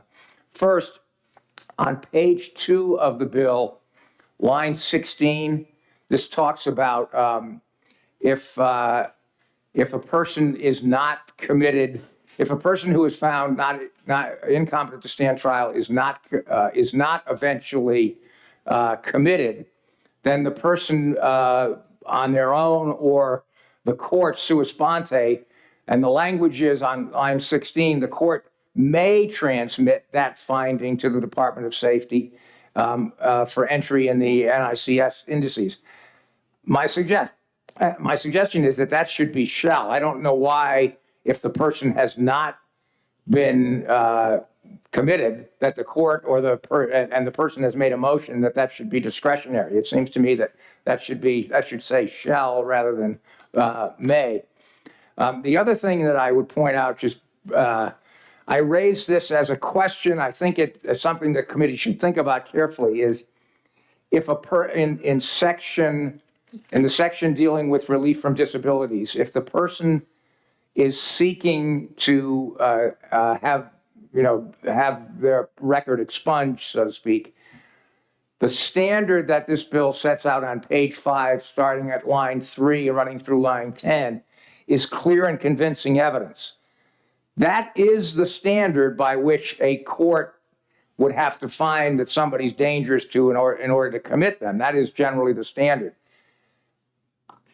I'm not sure that that should be the standard for somebody who is seeking to have relief from disability, because that would basically mean that even if a court were satisfied by a preponderance of the evidence that the person was no longer dangerous, they could still be able to say, no, you're not able to get your firearms back. Okay. That's about it. I know my time is, I'm probably beyond my time, and I apologize. Representative, I didn't want to interrupt your thought. You were pointing out a couple of issues, so thank you. Are there any questions for Senator Abbas? Thank you, Madam Chair, and thank you for taking my question. In respect to, so on page 2, lines 13 to 16, and you kind of covered the may issue. Right. So my understanding under 159-F:2B, which that's on page 1, and I'm talking about lines 25 and 26. So one of the 3 scenarios that would invoke this would be the person's deemed incompetent to stand trial and found to be a danger to themselves or others. Right. In that scenario, if you look at on page 2, lines 13 to 16, why is there, and wouldn't that be enough that they would be entered into the NICS? So I guess what is the 90 days and the issue of being committed or not committed? Well, I think that and I direct either Representative Roy or Representative Muse might have a better answer to this, but I think what this is designed to deal with is a situation where somebody is found not competent to stand trial, and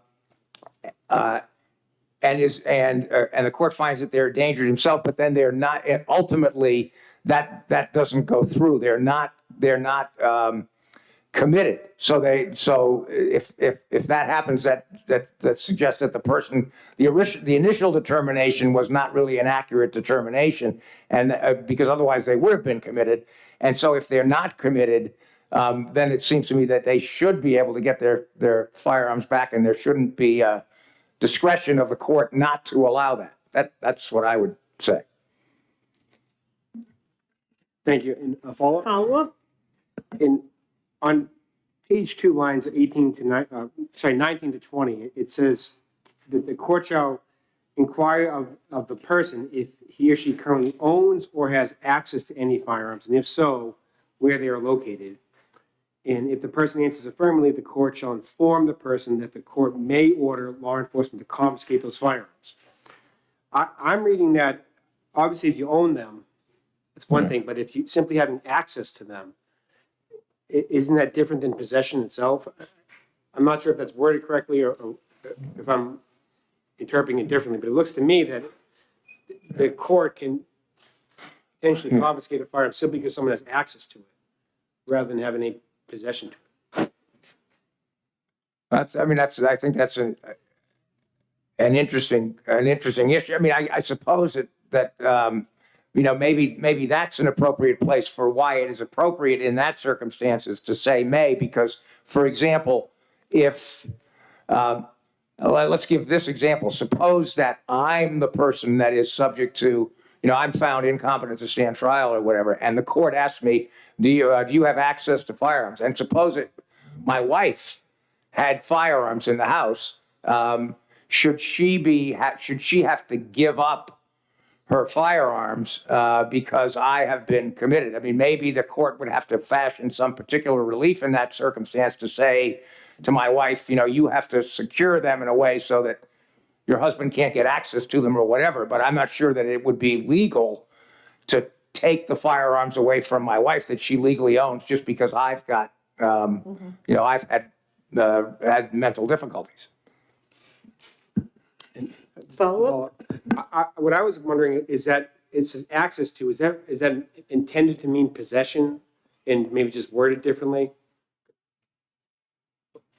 I think it probably is. I would defer to the drafters, but I would think that it could mean something more than that. If it maybe a sort of constructive possession. In other words, I don't have firearms in my home, but I secrete them somewhere, outside or at somebody else's house, so that you might say, I don't have possession of them, but I do have access to them. That might be the circumstance. Thank you. Okay. Are there any further questions, Senator Gannon? Just a quick observation. On the bottom of page 1, on 24 and 26, on A and C, they don't have to be a danger to themselves or others, where they do in B. Why are danger to themselves and others also included in A and C?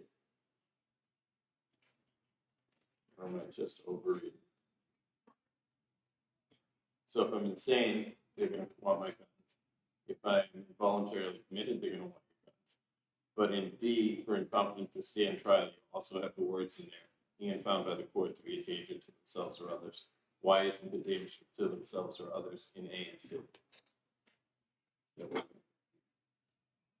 I'm thinking if I'm not a danger to myself or others, maybe I should keep the gun. Right. I think adjudicated not guilty by reason of insanity. I guess. I guess by reason of insanity. Maybe. I mean, that's a good point. I think that's a valid point. Thank you. All right. Thank you. Okay. Are there any further questions? Seeing none, thank you very much. Thank you.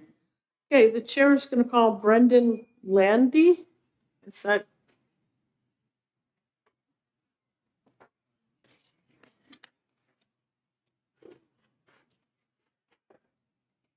Good afternoon, Mr. Is it Brandy? Landy, okay. Just let me know when you're ready and I'll start the timer.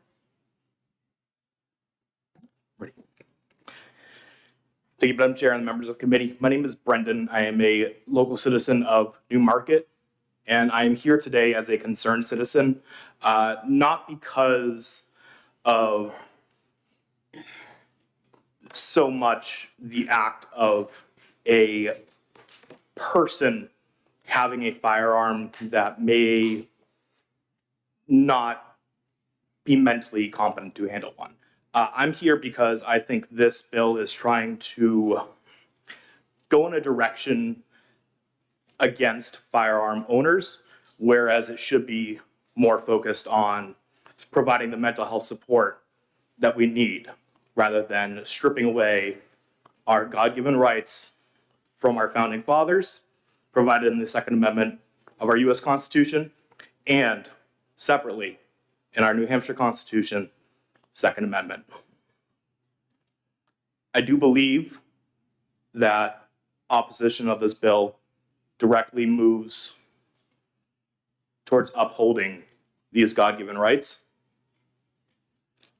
And I firmly believe that passage of this bill and any further consideration can lead down a dark path that we have seen in many other states that has led to more crime, more deaths, more injury. I rest my case. Okay, thank you very much for your testimony. Are there any questions? Okay, seeing none, thank you very much. I just got to figure out a way how to get rid of that. Okay.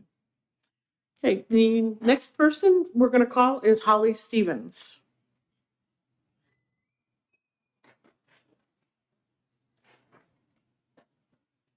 Good afternoon, Ms. Stevens.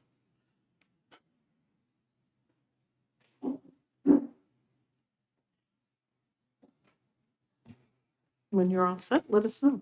I am all set. Madam Chair, members of the committee, my name is Holly Stevens. I'm the Director of Public Policy at NAMI New Hampshire, the National Alliance on Mental Illness.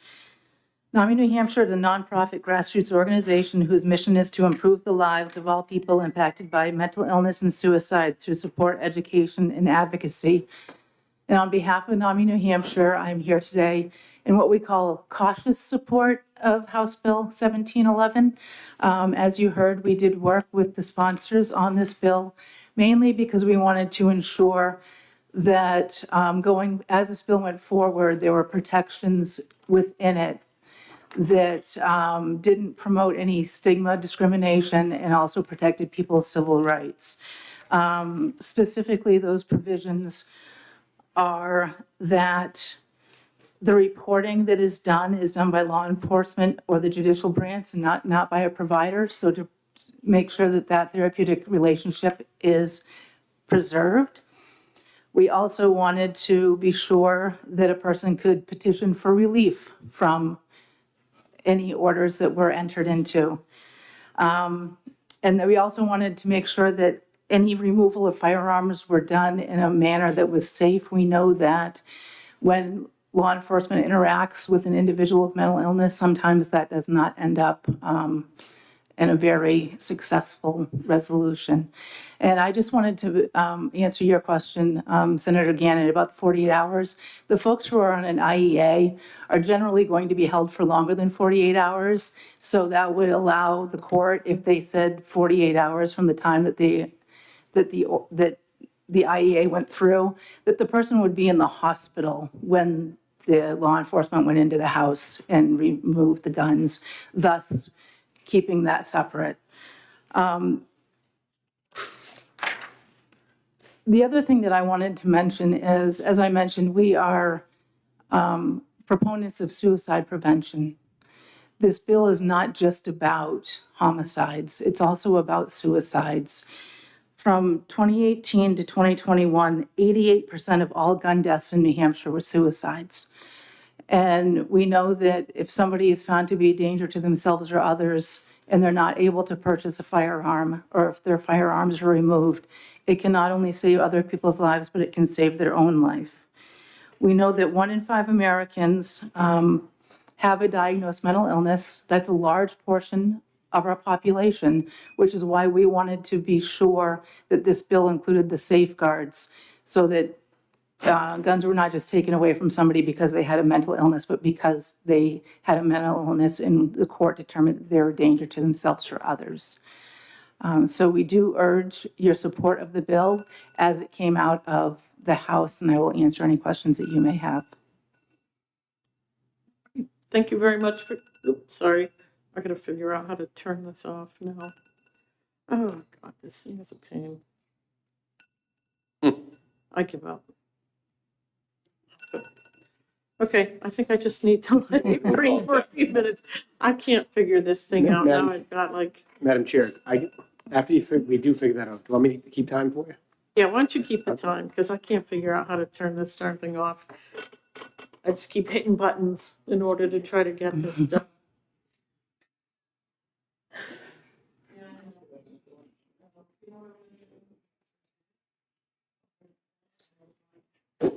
All right, I'm gonna let you can do that. Hey, are there any questions for Ms. Stevens? Yep. Okay, Senator Gannon. Thanks for taking my question. So you had a statistic, 88% of suicide or gun deaths were suicides in New Hampshire. And then we earlier heard that 47 states have enacted legislation like this. Do you have any data showing that such legislation lowers suicide or lowers a bill like this? Do we have any data that it's empirically going to lower? I don't have anything off the top of my head, but it's certainly something I'm willing to look into. Thank you. Are there any further questions for Ms. Stevens? Seeing none, thank you, Ms. Stevens. Thank you. The chair will call Jerry Simkin.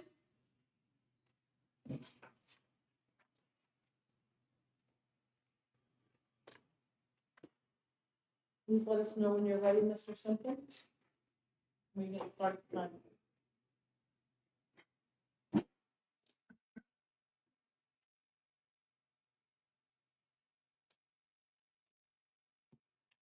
Ready? Good afternoon, Madam Chairwoman and members of the committee.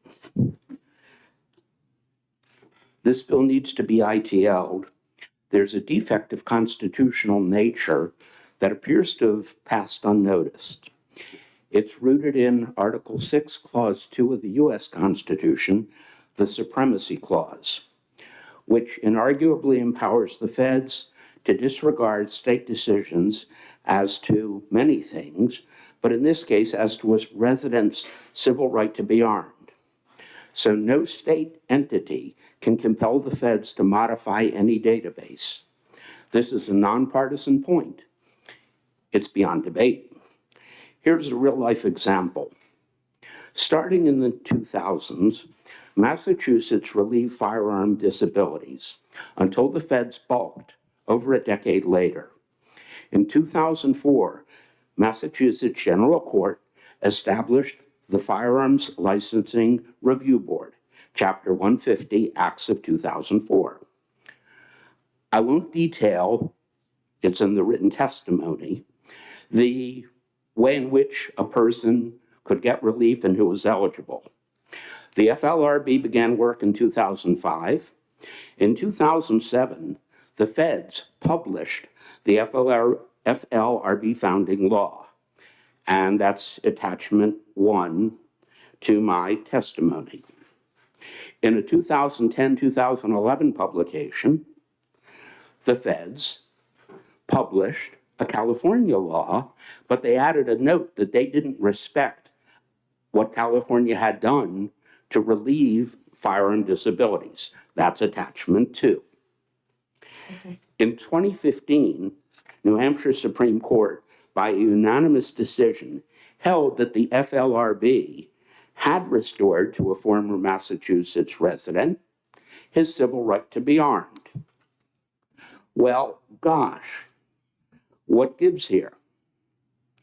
This resident, ex-Mass resident, moved to New Hampshire, acquired with full disclosure to licensors of a Massachusetts conviction. He also provided proof that the FLRB had restored his civil right to be armed.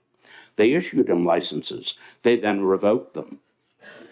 New Hampshire's Attorney General, rather than respecting a sister state's law and the New Hampshire Supreme Court decision, according respect to Mass law, sought U.S. Supreme Court review.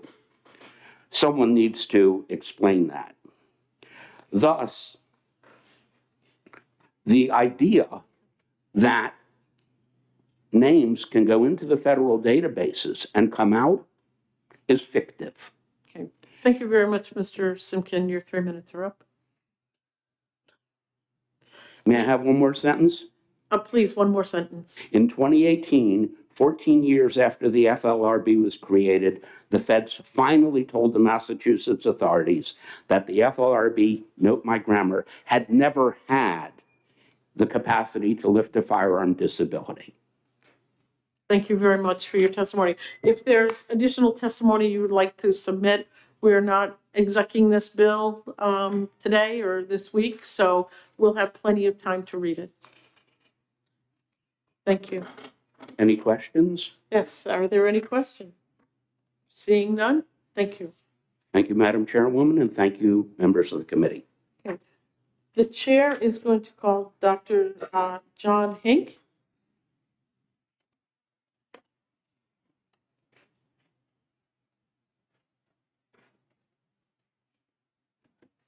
Okay, please let us know when you are ready to go. We can start the timer. Good afternoon. I'm Dr. John Hink, representing the New Hampshire Psychiatric Society and the New Hampshire Medical Society. Okay, that wasn't the alarm. Not me. Both of these societies strongly support HB 1711 as important legislation to decrease the risk of suicide and homicide in our state. I've worked at New Hampshire Hospital as a psychiatrist since 1995. I was working at New Hampshire Hospital on November 17th, 2023, when gunshots were heard in our lobby. All the patients and staff had to shelter in place. Only later did I find out that Chief Bradley Haas died heroically while protecting the patients and staff at New Hampshire Hospital. The vast majority of people with mental illness are not a danger to themselves or others.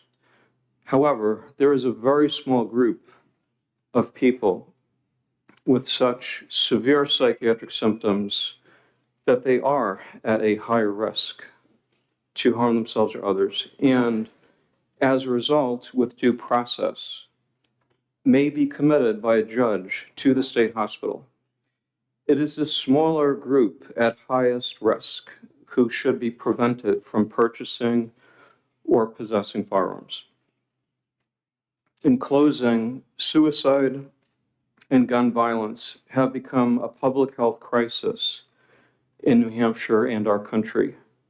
New Hampshire Psychiatric Society and Medical Society strongly support HB 1711 as a way to reduce the risk of suicides and homicides in our state. Thank you. Thank you very much for your testimony, Doctor. Are there any questions? Senator Gannon. Thank you. Just a quick question. The gentleman who shot the officer at that location, I don't know the background. Was he mentally ill? Had he been any of these judged incompetent? Had any of these factors applied that would have caught him if we had this law in place? It was in the public press that he was a former patient at New Hampshire Hospital.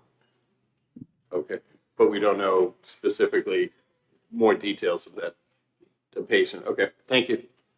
Okay, thank you very much. Are there any additional questions? Okay, seeing none, thank you very much. Thank you Doctor. very much. Okay. The chair will call Kathy Holmes. Senator Roberts, you're out. Are you on set? Okay, just let us know when you're ready and we'll start the timer. You kind of ruined me when you say, don't read what you wrote. So I'll maybe explain what I wrote, why I wrote it. Will that work? That'll Kathy work. Holmes, Chichester. And Penny is saying, no, that guy didn't have a mental diagnosis, right? Oh. Please, we can't, Oh, because this is all on the record and we have to Okay. get names, so. So I think it is a red flag bill. And when I saw it, I was kind of shocked. And what came to my mind with this bureaucratic judgment of, are you okay? Are you a safe person?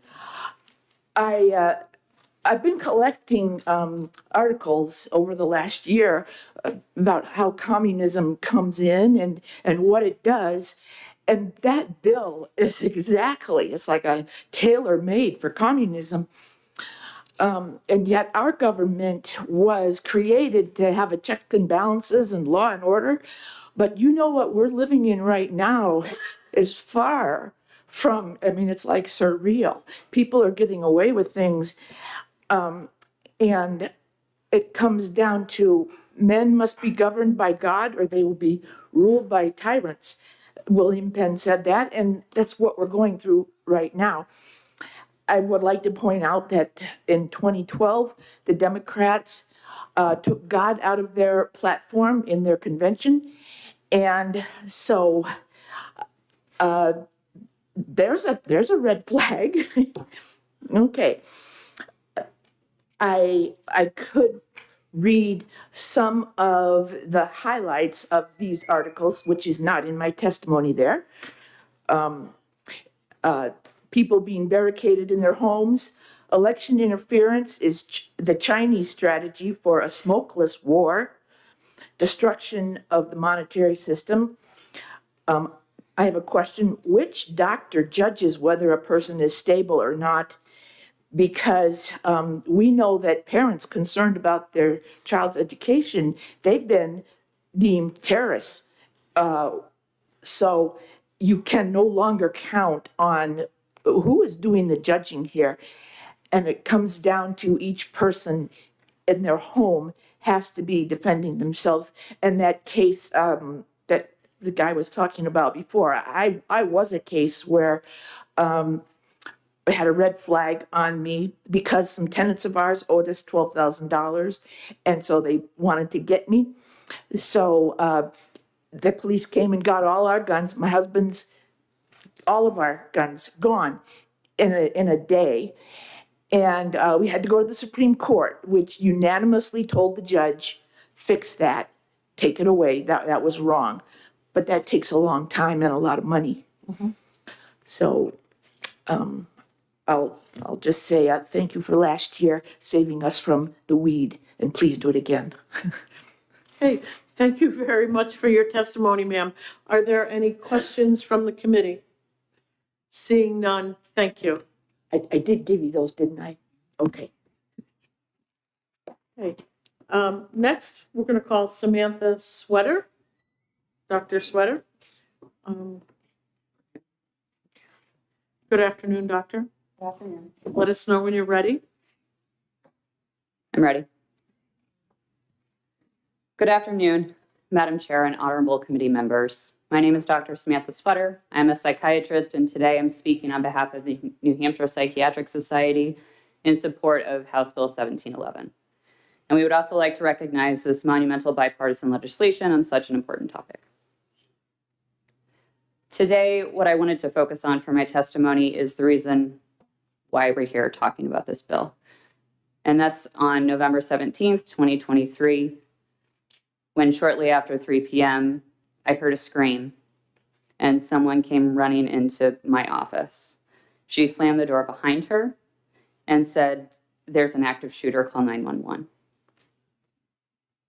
A colleague and I called 911, and afterwards I stopped to reflect on what am I supposed to do next, and realized that there were hundreds of people in that building that had no idea that they were potentially in danger. And then immediately thought, well, there's an overhead paging system. That's what we should be using. And thought code silver was the first thing that came to my head. So I tried to call the operator to activate the overhead paging system, but the operators weren't answering. They were in eyesight of the shooter, and so they weren't able to respond. So that was the moment I realized we weren't going to be able to overhead page that something was happening. And those hundreds of people, I couldn't alert that they were in danger. And that was one of the worst feelings that you can imagine, that there's people that I've worked with for years that are my family that I love, and I couldn't tell them. I could do very little to help them. So a group of us got in a room and tried to notify as many people as we could. But I still, to this day, have people come up to me and talk to me about the terror of not knowing and how awful that was, in addition to the actual event that took place and how horrible this has been for their lives. And even after all of that and all of that terror for an hour, and I think we were some of the first to be evacuated. Some people were there longer than an hour. We went to a small space, and trying to just make sure everyone had the support that they needed. And that's when we found out that Chief Haas had died. And that our colleague, someone that we saw almost every day leaving New Hampshire Hospital, was murdered. And he was murdered less than 100 feet from my office. And as we know from the media, the perpetrator was a former patient of New Hampshire Hospital. And if this bill had existed then, maybe this tragedy wouldn't have happened. And while I wasn't able to protect people that afternoon, we can all protect people now. So I urge you to vote ought to pass on Bradley's Law. Thank you very much for your testimony, Doctor. Are there any questions from the committee? Seeing none, thank you very much. The chair will call Kirk Bestwick?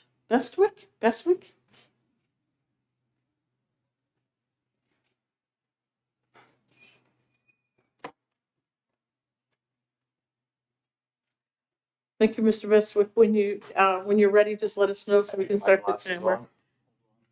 Okay.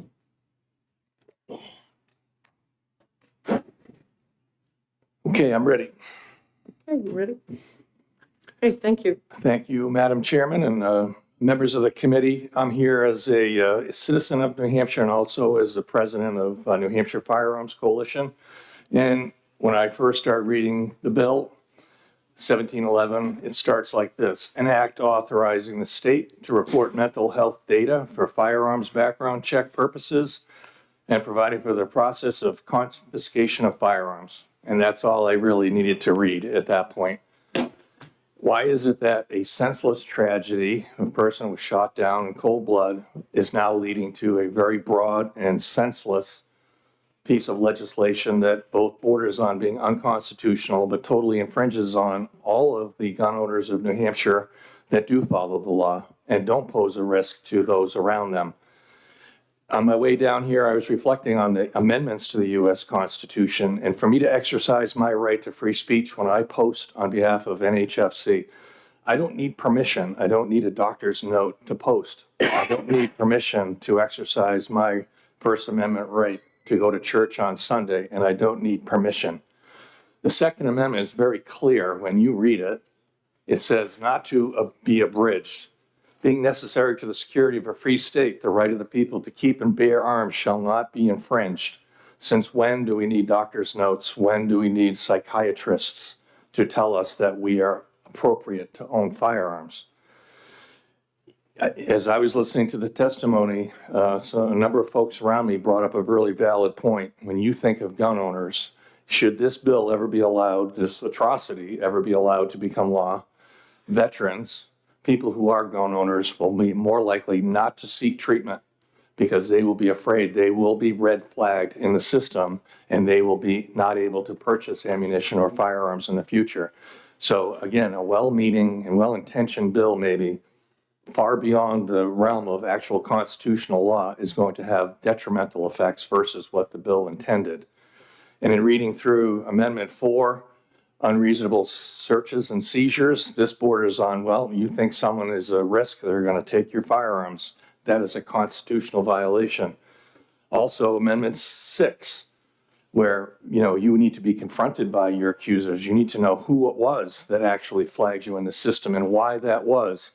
Being reported to the NICS system, you won't ever know who that is, because those of us who work in the firearms industry know that that NICS system has a high percentage of miscues in there. And former senator that I won't name knows firsthand what happens when they screw up your name and refuse to fix it. So that is definitely a risk. But we look at Amendment 14. What about due process? Where's the due process? I've heard people mention that that's in there. But for someone to flag you and say you are a risk and to then involve mental health people, we were talking in the back row there, that's very subjective. And what defines something that would preclude you from owning rights? I really think that this bill is an atrocity, and I really think it's a shame that senseless murder of a man has turned into a broad and sweeping abridgment of our Second Amendment rights. Thank you very much, Mr. Bestwick, for your testimony. Are there any questions for Mr. Bestwick? Seeing none, thank you. Thank you. Okay, the chair will call Jeffrey Fetter. When you're ready, doctor, just let us know.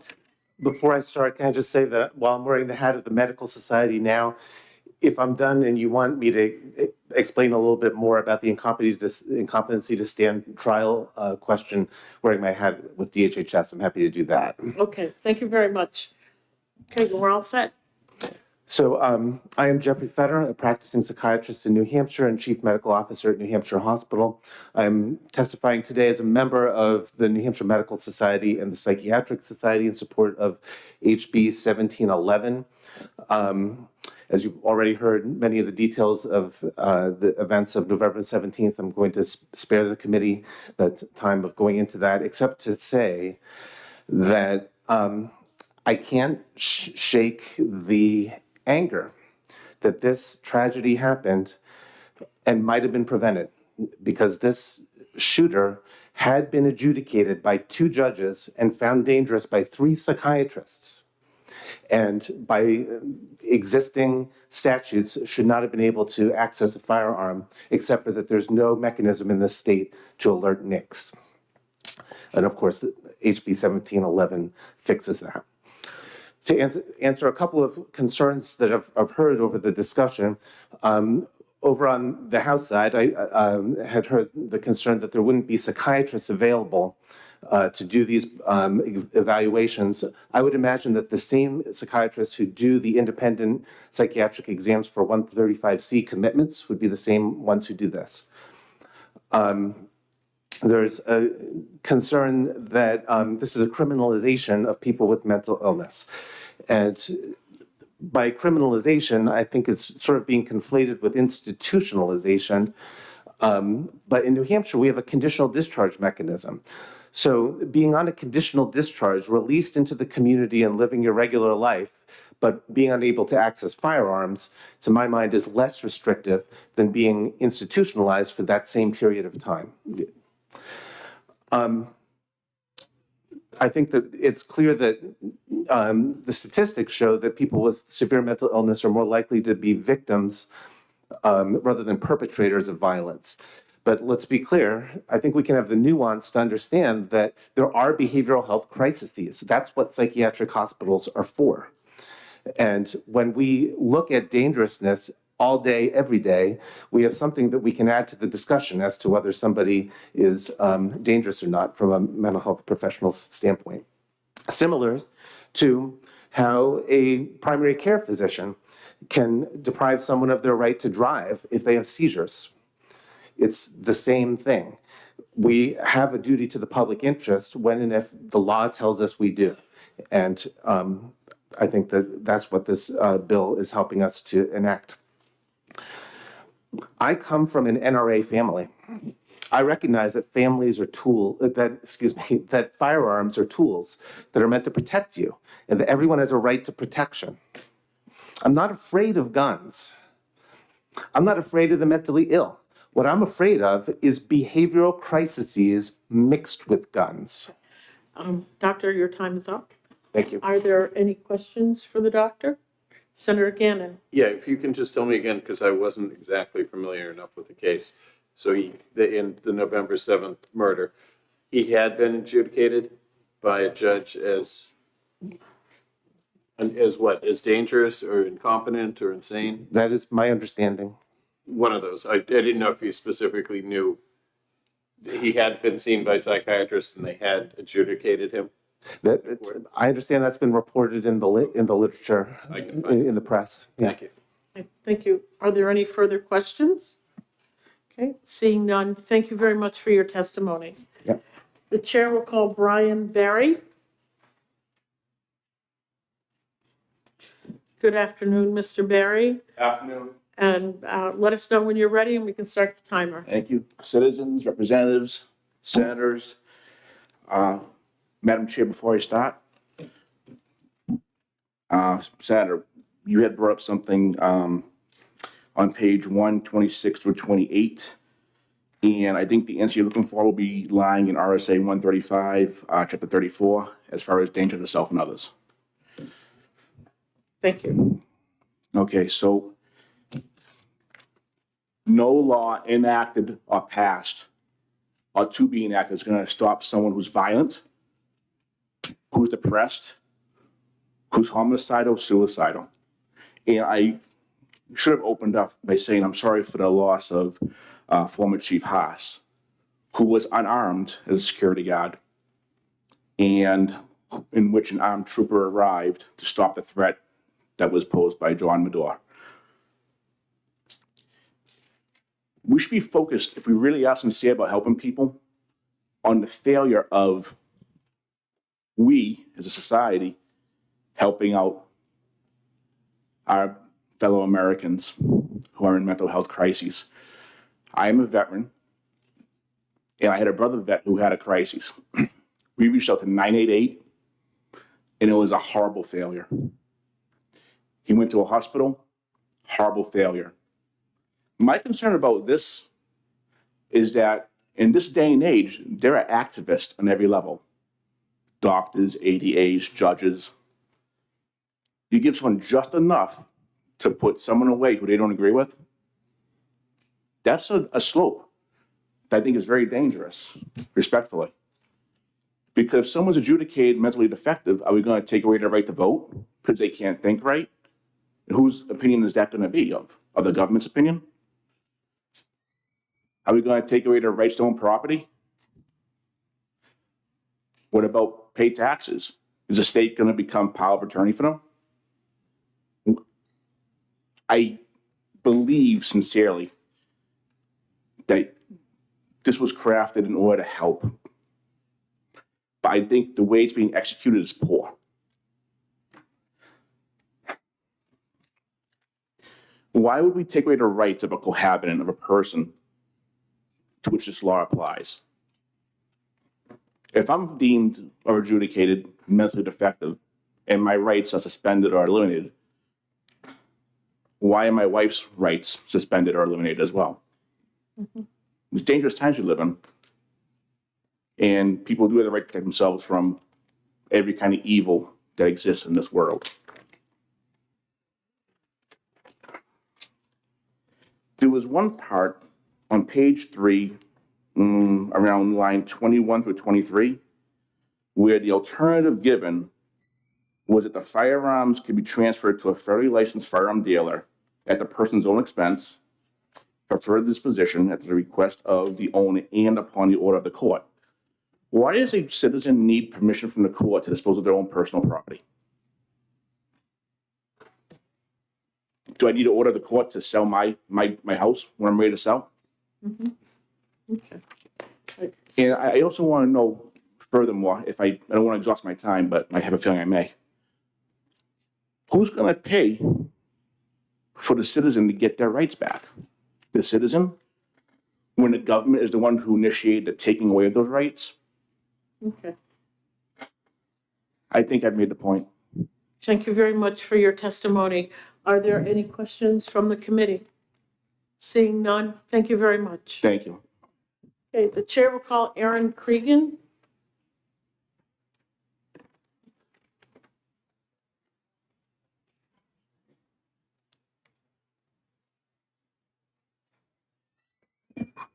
Good afternoon, Madam Chair, members of the committee.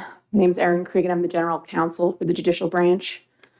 Those of you who have heard me testify before know that I will always at first mention that the Judicial Branch does not take a policy position on this bill. It is for the legislature to adjudicate whether there should be a change in the law in this area. But I would like to compliment Representative Roy, who coordinated with many parties, including the courts, in fashioning the particular policy vision that this bill conveys. In particular, I had the opportunity to look at almost every part of the bill and see if we could implement the bill consistent with the court's current processes. And we do have the ability to implement this bill, should it be the legislature's judgment that we should do so. Two features that are particularly important to the branch's ability to do that, which may not be as weighty as the policy considerations that you are weighing for this bill. The first is that the bill uses the current court processes that the court has. So many of these cases, for example, involuntary admissions, have a well-defined process, a corps of attorneys who are very accustomed to representing parties. that is something that we have the ability to implement right away because we already utilize these processes. The other is a very significant feature, which is that although the court will be reporting the probate court decisions to NICS, which would be about 650 or so cases a year potentially, criminal dispositions will still be reported by the Department of Safety, which has a criminal records unit. To do otherwise would mean recreating the criminal records unit within the court and would probably not be a very efficient use of the state's resources. One thing that I do flag for you as potentially an efficiency gain is currently in this draft, the evaluations are paid for by the court. That's done in every other case by the Department of Corrections, Office of the Forensic Examiner. So for efficiency, it may make sense to assign this responsibility to them as well in this instance. I know you've had some questions about court process or features of the bill, so I'm happy to defer to any questions you might have for me. Okay, thank you very much for your testimony. Senator Abbas has a question. Thank you, Madam Chair. And thank you for taking my question. On page 5, lines 6 and 7, it talks about if relief is granted, and it says what the court shall do. It said the court shall, as soon as possible, request that the next entry be redacted and shall notify the United States Attorney General that the basis for the record being made available no longer applies. That's basically the process which the court would be taking someone out of the NICS. Is there any other, right now under New Hampshire law, are there any other situations where the court would contact the NICS to have someone removed for any other disqualifying condition? We generally don't have the ability in this area to remove anyone from NICS. Right now, there's a specific procedure prescribed in the NICS Improvement Act of 2007 for when a state can remove mental health related adjudications from NICS. And if we don't follow that process, we're not able to. My understanding is that this has been drafted with those legal requirements in mind so that the person will be removed from NICS if the process is satisfied. Follow up? Well, but right now under the current law, the mental defective issue aside, are there any other disqualifications under the federal law that would, when someone would be entered into NICS, where the court system is the one that would do that? Because my understanding is once whatever entity enters the person into NICS has to be the one that takes them out. So I guess the question is you said that the Department of Safety does many of them. I presume they're the ones that would then remove them. I think what you may be referring to is there is a requirement in the NICS Improvement Act that if the state board or commission which enters a person into NICS has to then be the one to take them out. And I think you've seen this, for example, with the Federal Veterans Affairs Board, that they are entering people in and they're not taking them out timely. And that's been a complaint there. So it typically has to be the same board or authority that's removing people under the NICS Improvement Act for mental health adjudications. That's not a requirement. But most types of federal disabilities are not ones that you can get removed. Many of them are lifelong, unless you, for example, petition for relief under the ATF that it no longer applies. But Congress in 1992 determined they would no longer allow the ATF to adjudicate those individual petitions any longer. So removal from NICS under other disabilities is very difficult. And this fall maybe a little more technical than.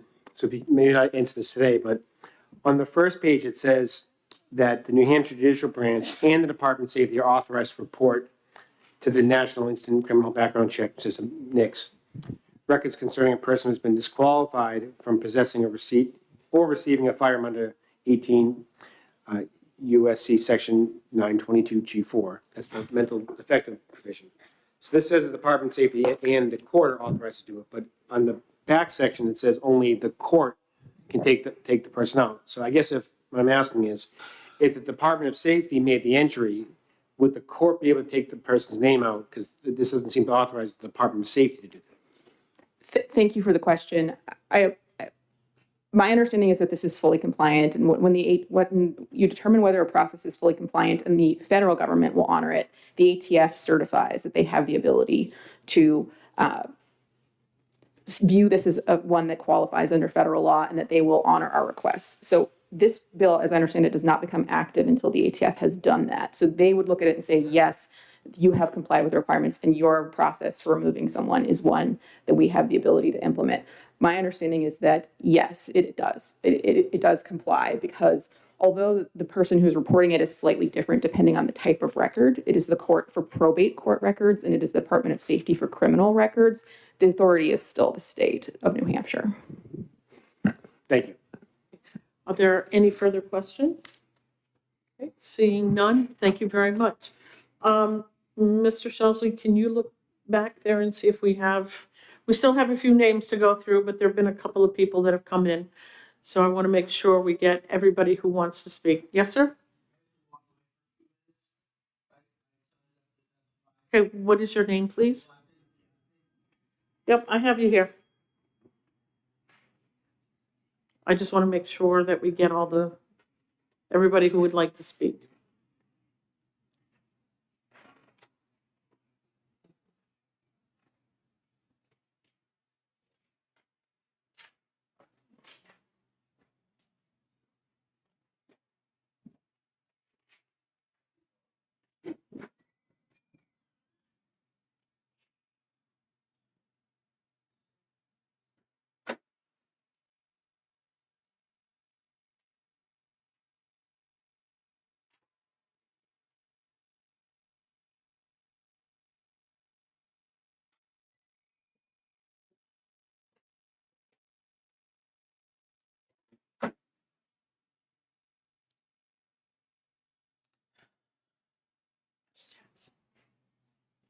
So good.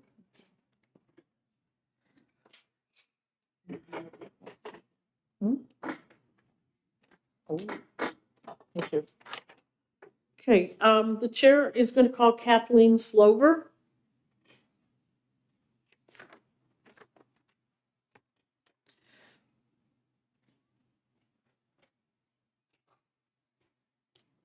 Good afternoon, Ms. Slover. Let us know when you're ready.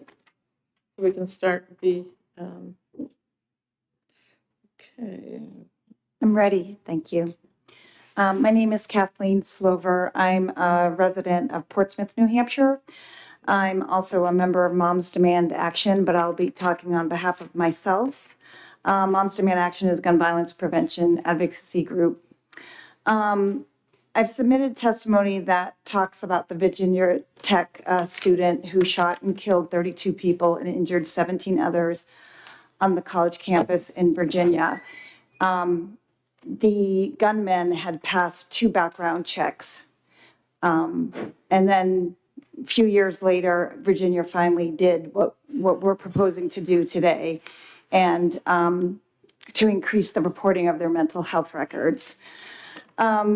I just want to talk on behalf of the lay people and the constituents of New Hampshire, people that think that we are already reporting to the next database. When I first started at Moms Demand Action, I realized that I took my personal safety for granted. I found that many Moms Demand Action volunteers are gun owners, some for sport, some grew up with guns, many of them because they want a gun for their personal safety. We work and support many groups like Black Lives Matter, the LGBTQ pride community, suicide prevention groups, faith-based groups like the Temple Israel in Portsmouth, which got defaced again last week, and veteran groups. Many members of these communities also own guns, many for personal safety. And yet these groups, members who statistically are in the most need of personal safety due to the present political and social climate, agree with the gun violence prevention measures for which Moms Demand Action advocates for. And when I first started, I learned that I don't have to worry about personal safety because of what I look like and where I live. And by meeting all these people throughout the state, I realized that I can't take that for granted.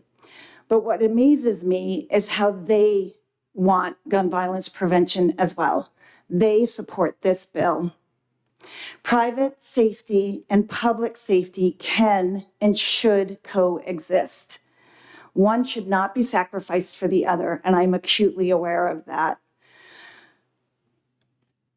I think with Virginia passing their bill, Back in 2013, within a year, I believe, they blocked almost 300 gun sales. That's a lot. And that means a lot to me because I've met people in vulnerable populations that, I'll wrap it up.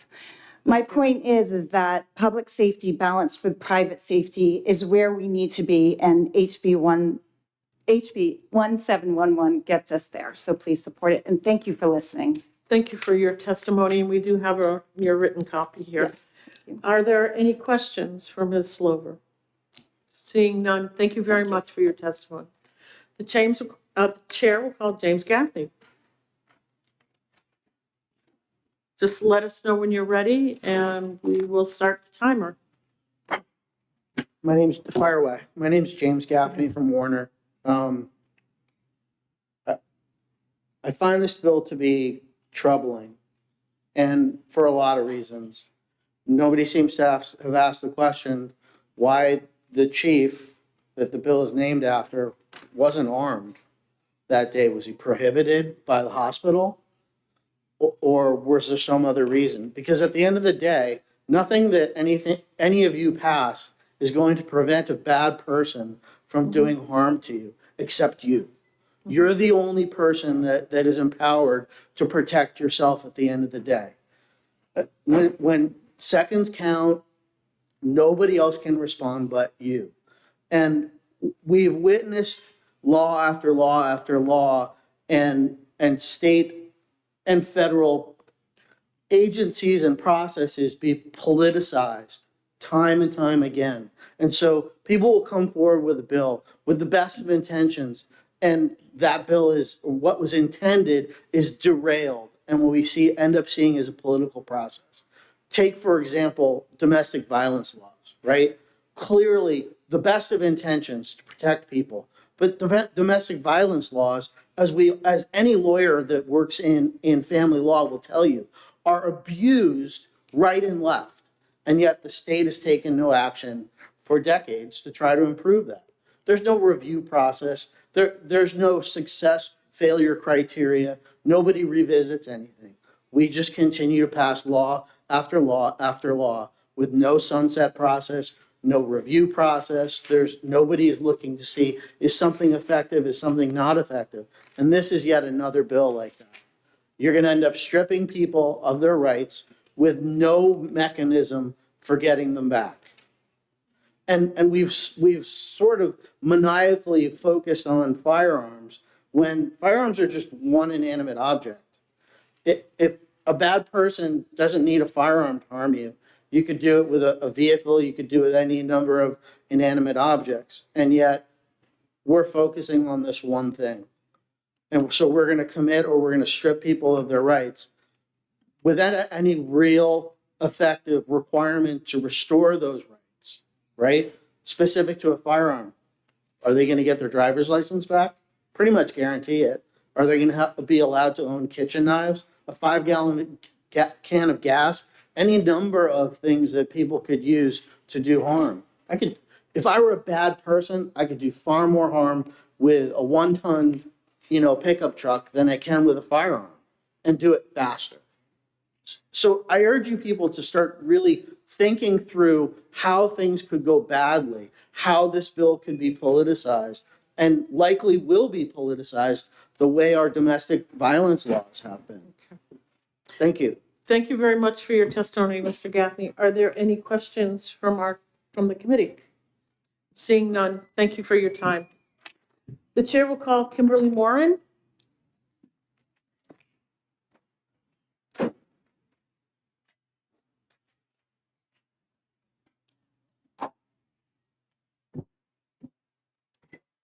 Hello, Senators. My name is Kimberly Moran. I'm president of the Women's Defense League, representing hundreds of women across the Granite State. And my screen just died. Okay. The only thing that should be done, I'll get right to it. The only thing that should be done with HB 1711 is for it to be voted inexpedient to legislate and then tossed in the trash. This bill was written based on emotions after the tragic murder of an unarmed security guard who was, a former Leo. The only logical legislation that should have come out of that tragedy was to arm the security guards. Instead, we have a piece of gun confiscation legislation that doesn't help those who are violently mentally ill, nor does it stop violent crime. We already have involuntary admission laws. Maybe we should make it less confusing for family members who seek to help someone in distress. To be clear, New Hampshire is consistently one of the safest states in the country. We have low crime and we have especially low violent crime. This bill isn't solving a problem that exists. What we do need in this state is more mental health facilities and more mental health help, period. This bill doesn't address these things because that's too difficult.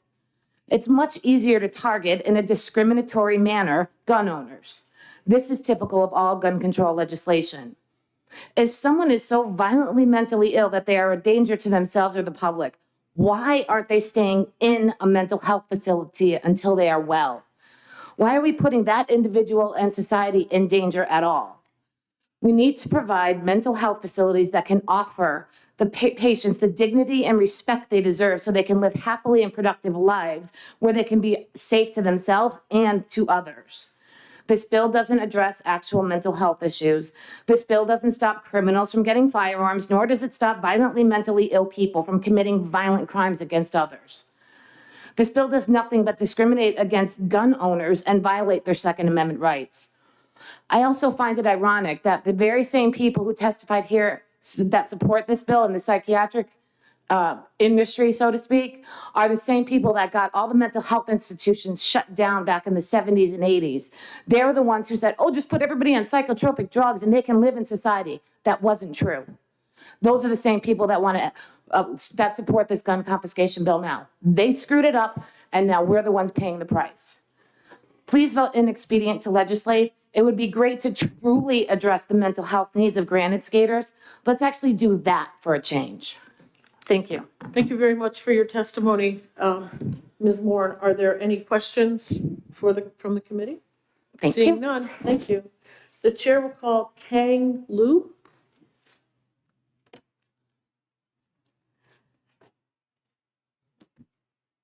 Hello, ladies and gentlemen. Thank you for your time. My name is Kang Lu. I come from Cheshire County. And I'd like to state my opposition to this bill because history has shown that such legislation is written with willful and predatory foresight, and it's calculated to deprive the right of the people to keep and bear arms by using the mentally ill as a pretext to slowly and inexorably strip us of all the blessings of liberty.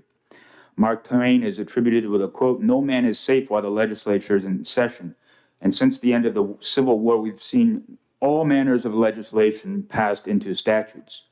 I'm sure that the members of this committee are keenly aware that the statutes passed by legislatures are meticulously scrutinized to ensure facial compliance with the Constitution.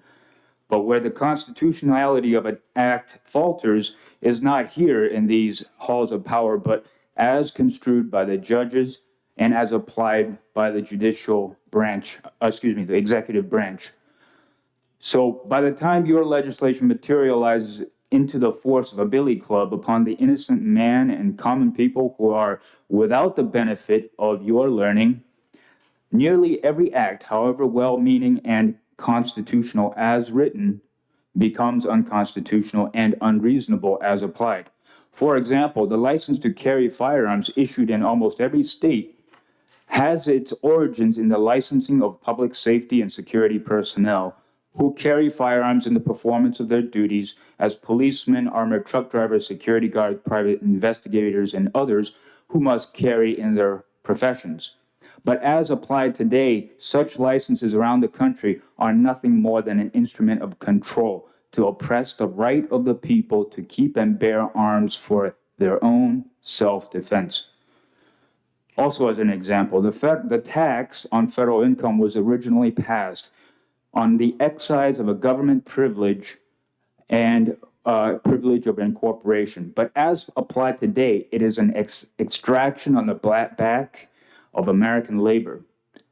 Also, an example, the real estate tax was intended to as an excise on running a business, such as hotels, rooming houses, and bed and breakfast homes.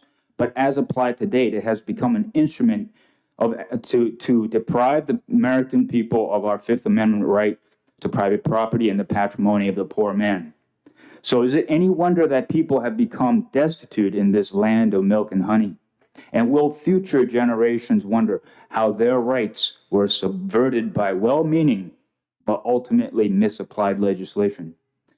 So while I am not opposing or that mentally ill people, so while I'm not proposing that mentally ill people should be encouraged to be dangerously armed, my question to my esteemed legislators are, what guarantees that HB 1711 does not become misapplied to achieve unconscionable ends by circuitous and unconstitutional means?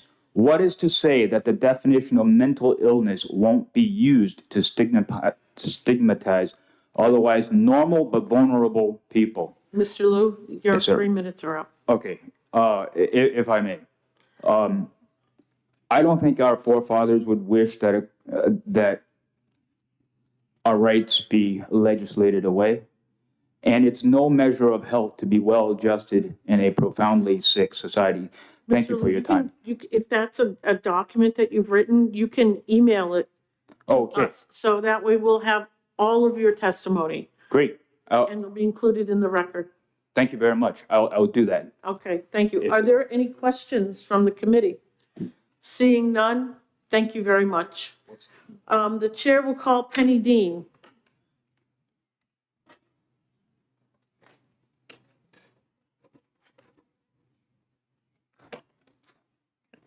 Let us know when you're ready for the clock to start, Ms. Dean.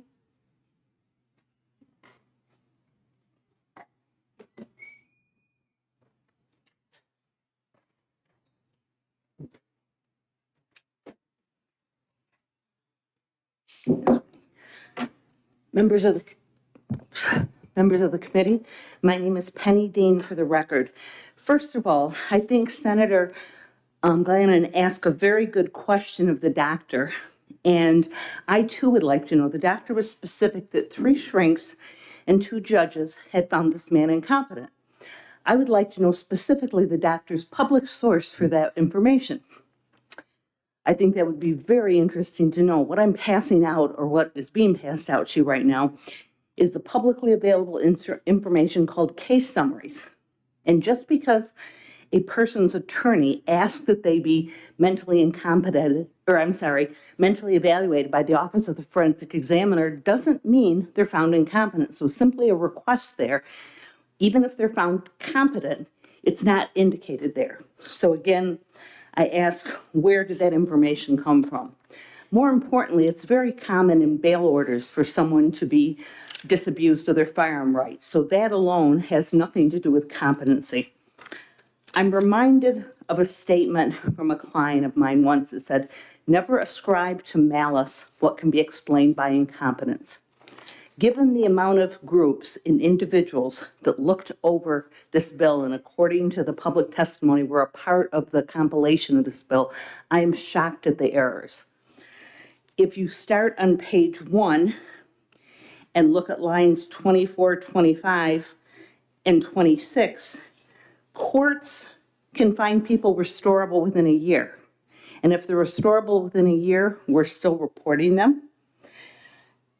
Furthermore, when you look at 135Es, in 135.17, the state of New Hampshire has been repeatedly sued in this state for basically warehousing people in hospitals and other holding facilities until they can even get a hearing, a basic hearing, weeks and days and months. So meanwhile, these people are reported to NICS. What's been clear is we're going to send police to their house and get their guns. They haven't even had a hearing yet.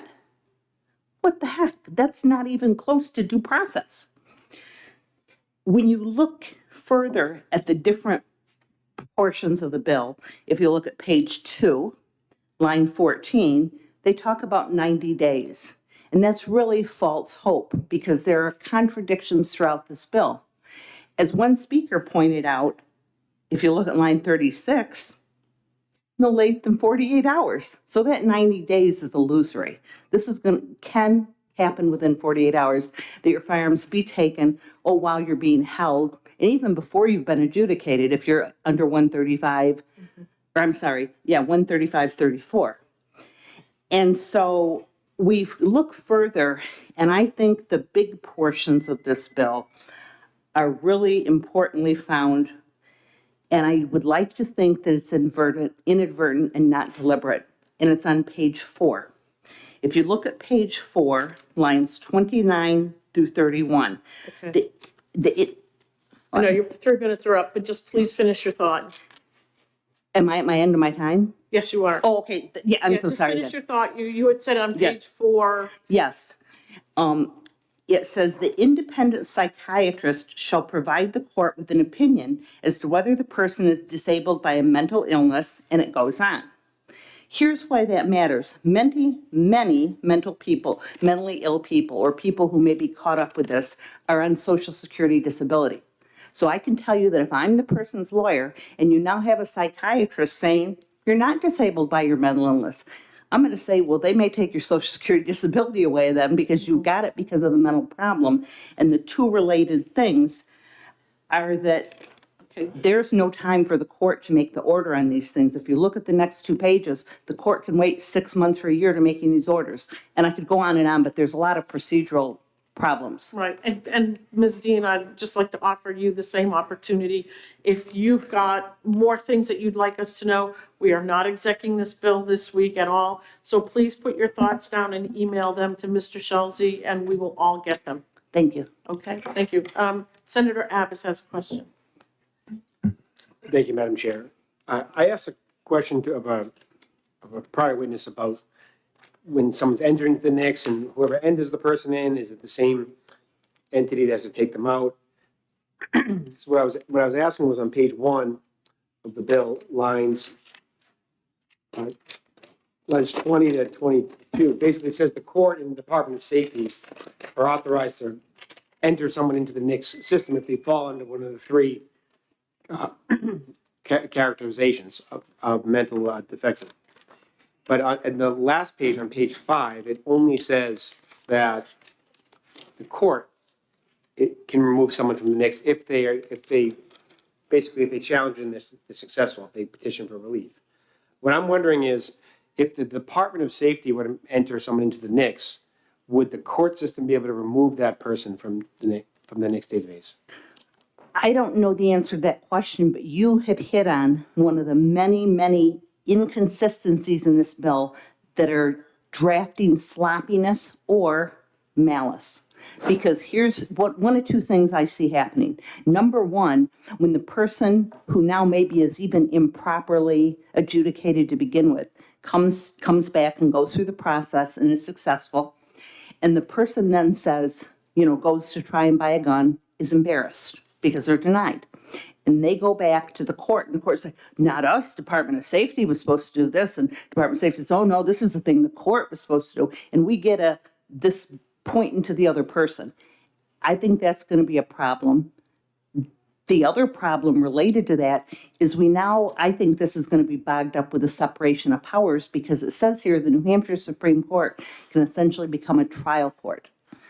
I don't know if anyone ever heard of separation of powers. If the New Hampshire Supreme Court knows about that line, I don't think they're going to like that either. It's just going to be a mess, because then does the Supreme Court have to remand it to the trial court to enter something into NICS? Does the Supreme Court have to report to the state police? I mean, there's a lot of things that don't follow.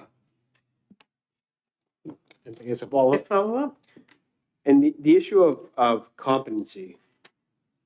So if the person has to be deemed incompetent to stand trial, and there's the finding of that they're a danger to themselves or others, are those always hand in hand? I'm not sure if you have any experience in your profession. Yes, I have experience. And what I was going to ask, when it comes to competency, can they be deemed incompetent but not necessarily a danger to themselves or others? Absolutely.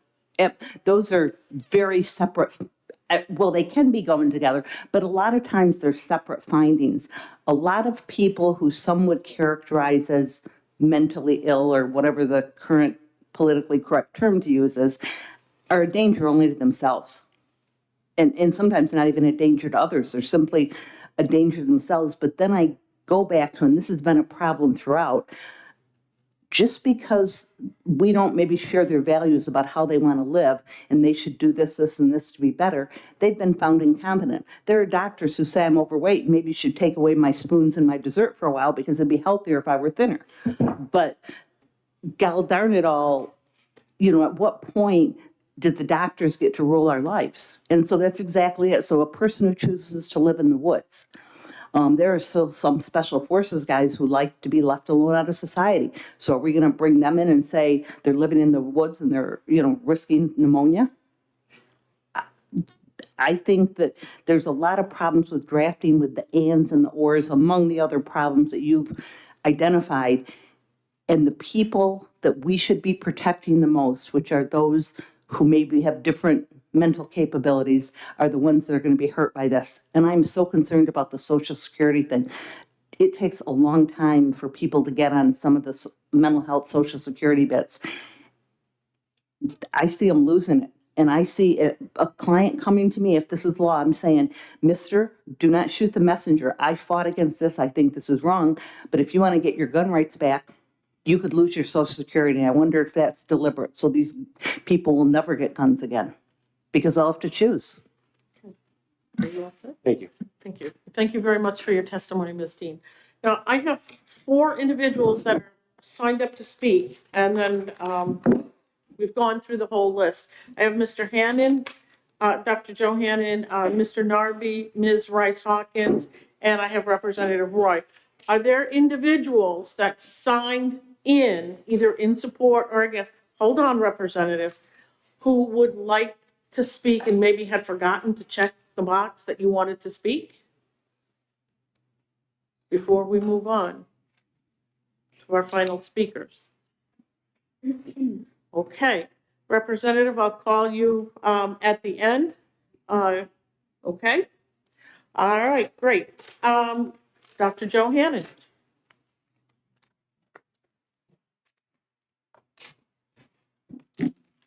Good evening. And thank you for hearing me today. My name is Joe Hannon. I'm the Vice President of Gun Owners of New Hampshire. I'm speaking in opposition to this bill.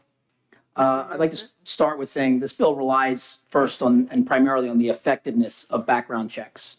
We're all just assuming that they're going to solve the problem or a large portion of the problem, and that's not the case. The ATF, just this month on the 8th, they reported that 65% of trafficking in firearms was through straw purchases or straw purchasing rings, or stolen from FFL's dealers or from private persons. Straw purchases in 2000, the ATF reported that the most frequent type of trafficking is straw purchases, which is someone buying it for a friend or a family member. They're legally buying it, but they're giving it to somebody else or selling it to someone else afterwards. In 2016, the Department of Justice did a survey, and 75% of criminals in the state and federal prisons who had possessed a firearm during their offenses acquired the firearms through theft, off the street or underground market, from a family member or friend, or as a gift. Less than 1% got firearms from dealers who require background checks, or non-dealers who didn't require background checks until very recently, from gun shows. That's less than 1% of all people in state and federal prisons get their firearms through background checks, without background checks, sorry. The vast majority, we've heard several people that are in support of this bill, and both sides have said the vast majority of people with mental illness or severe and persistent mental illness are not violent, and statistics would tell us they're more likely to be victims of violence than to actually cause violence or harm to others. This bill makes the vulnerable even more vulnerable by depriving them of the right to self-defense. If someone is already, multiple times more likely to be a victim of violence, we're going to deprive them of the right to defend themselves because a doctor or somebody determined that they might hurt somebody in the future. We heard that Virginia had a problem, an incident in 2013, and they changed the law to have more reporting requirements. Between 2012 and 2018, there was a 58% increase in deaths that involved a firearm in Virginia. In 2020, there was a significant jump in those numbers, not just in Virginia, but nationwide. Otherwise, they were fairly stable for a few years in between. The law didn't really change the firearms deaths in that state. It actually increased substantially shortly thereafter. trying to think. Also, we heard somebody say earlier that if someone has to have firearms removed from the house, they could, if the spouse or the person they're cohabitating with, the judge can say they can't have them in the house either. That's depriving someone who has no criminal history, mental illness history whatsoever, and they're being deprived of their rights via somebody else. So even if someone believes that this is doing the right thing, following all the steps, and not taking someone's rights without due process, it absolutely takes the due process rights away from anybody cohabitating in that home. And lastly, I'd like to say, you know, people get firearms. They're going to get them. If they're going to get them primarily through stealing or straw purchases or other illegal methods, and then we have another method to say you can't get them from a back, you're now denied firearms through the background check system, there's more likelihood of someone stealing or doing it through another illegal means. So we potentially increased crime by doing that. And lastly, and I'll just say this, you know, I had an old elderly family member who was diabetic. They didn't speak English. They didn't have a car. They didn't have any money. And they weren't supposed to have candy. We found tons of candy in every drawer in that house. When they passed away, I couldn't believe how much was there. And we had no idea how it happened. Now, if someone who's about 4'6", doesn't speak English, elderly, doesn't drive, doesn't have money, can get candy in their house, it's not hard for someone who has a job, a car, and just might have been found incompetent in a court or in a doctor's office or a hospital, that they can get a firearm through the illicit market. 3 minutes. Thank you. Dr. Hannon. If there's testimony that you would like us to read, please submit it to Mr. Shalzi, and we will all get it, and we'll have plenty of time to read it. Thank you. Are there any questions? Senator Abbas. Thank you, Madam Chair. And thank you for taking my question. You were discussing the issue of straw purchases, which is illegal, but yes, in respect to that, in the tragic shooting that involved, that kind of gave inspiration to this bill, in that case, did the person acquire the firearms like by going through a background check, or was it through a straw purchase? Is that known? I'm not sure. I only saw what was in the news, and that is, you know, what we've already heard here today. I don't know anything else. I wasn't there. Wasn't in the court, and they haven't released specific findings or even the summary of the court hearings in Stratford County, which is my county. I do know that you know, there's nothing that would prevent someone from committing a crime with other means. We're not, like someone said, we're not taking their car keys away. We're not taking their pills, their razor blades, you know, whatever. It's specifically targeted at firearms through the possibility that someone might be violent in the future. Thank you. Yep, thank you. Are there any further questions? Seeing none, thank you very much, Dr. Hannon. The chair will call Representative Popovici-Mueller.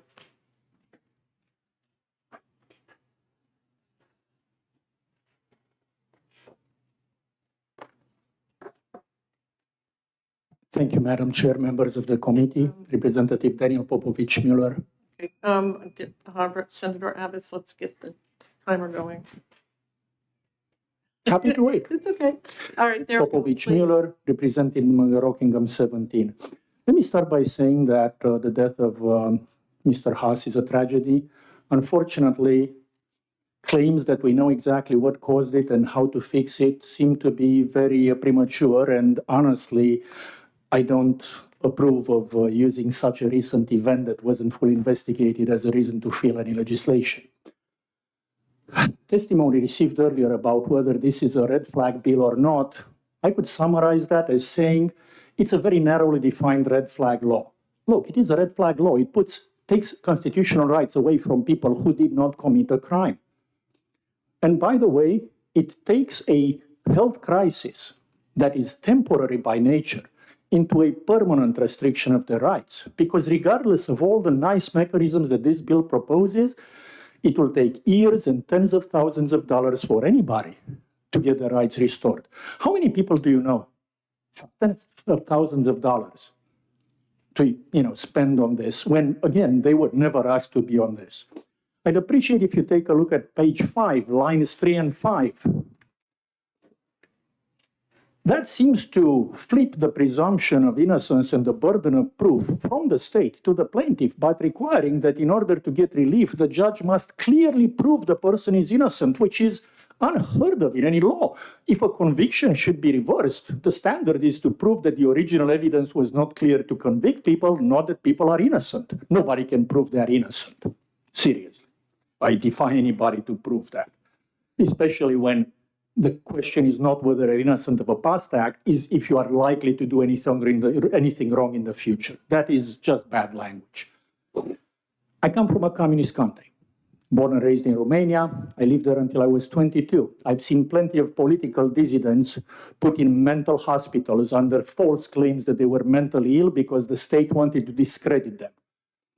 And if you think stuff like this wouldn't happen in the US, I'd like you to look up oppositional defiant disorder, which is a wonderful diagnosis available to both kids and adults, characterized by defiance towards authority figures.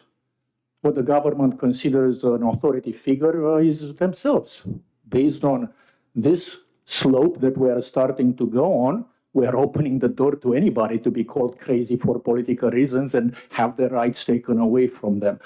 And I want to make sure that you understand that I deeply respect everybody involved in preparing this bill. We have a difference of opinion. I don't think that they are trying to do anything bad. I just think they are not considering all the consequences. And the very last thing I'll say, because I know I'm coming close to my 3 minutes, this bill is narrowly crafted, right? It has a lot of specific exceptions in this. Do you know what those will be 2 years from now? There'll be loopholes that have to be removed, and the bill has to be expanded and expanded, because if we accept the idea that in these narrow circumstances we can do this, that idea is available for opening. Thank you so much. I'll be happy to answer any questions. Thank you very much for your testimony, Representative. Are there any questions for the representative? Thank you. Seeing none, thank Thank you. you. The chair will call David Narby.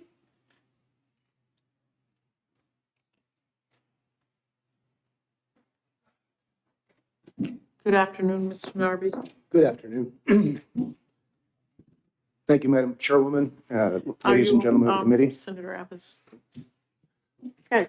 Okay, so it's very gratifying to hear many of the points I wanted to bring up have already been brought up in a way better than I could. But I wanted to point out 2 things that this should make this bill ITL'd immediately. One, there's no provision for false accusations. This is wide open for abuse. I can guarantee you, if this passes as it is, there's going to be disgruntled spouses, employees, neighbors that are going to be calling in and narking, falsely on other people, and there's no penalty for that. There should be draconian penalties for bearing false witness for something like this, because you're taking somebody's rights away. Now, on top of that, if this passes as it does, I can guarantee you, I will think twice if I ever have a mental health issue from accessing mental health care. And so will tens of thousands, perhaps hundreds of thousands of men and women who are firearm owners like me in this state, because there's no provision for that. These mental health professionals, I'm sure they have the best intentions in mind, but if they think that this is going to further mental health in the Granite State, they're getting it exactly wrong. Because I can tell them, I can look them right in the eye, I'm going to think twice, because I would stand a chance of having my guns taken away from me. I'll be happy to answer any questions. Oh, and if there are people who have good faith intentions on reducing gun deaths in the Granite State, I've got a lot of things that I could provide for you. I'd be happy to email you links onto things that actually might reduce gun deaths, but this isn't going to do it. And using this chief, this police chief, who I guess was very loved by the community, using his death as an excuse to push this legislation through, if you really wanted to honor his memory, then you should start a fundraiser, an annual fundraiser in his name for mental health counseling and mental health services in this state, not this. This is going to have the opposite effect. I can guarantee it. Thank you. Any questions? Thank you very much for your testimony. Are there any questions from the committee? Seeing none, whatever information, sir, you would like to send to us with links or to information, we'll be more than happy to see them. Mr. Shelsley can put them into our permanent record. I'd be very happy to. We'll get all the emails and we'll consider the information. Thank you very much. The chair will call Zandra Rice Hawkins. Good afternoon, Ms. Rice Hawkins. Good afternoon. Thank you. Hey, are you all set? Okay, let's Okay. Thank you. Again, my name is Andrew Rice Hawkins. I'm the director of Gun Sense New Hampshire at Project Grant State Progress. I'll keep my testimony short since a lot of it's been covered already and just respond to a couple of questions. Earlier, Senator Gannon asked whether reporting mental health records to NICS has had an impact on decreasing suicide rates in other states. There is evidence that it does. I'd be happy to share it with the committee. One example is research published in March of 2022 by the University of Alabama at Birmingham. Their research found that states that added mental health records to NICS experienced a 3.3 to 4.3% decrease in firearms-related suicides, or a reduction of roughly 702 suicides yearly in participating states. That's really significant for us to take note of, since New Hampshire is a state that has a high rate of suicide by firearms. Someone earlier testified that this bill would somehow harm those who experience a disability. It's important to note that advocates from actual disability rights and mental health advocacy organizations have not raised those concerns, but we're actually members of the group that drafted this legislation to ensure that House Bill 1711 explicitly protected the rights of all involved. I'd caution the committee not to follow red herrings, especially on a policy that is currently working effectively in other states across the nation without those supposed problems. What is an actual problem in New Hampshire is that we have no relief from disability provision right now.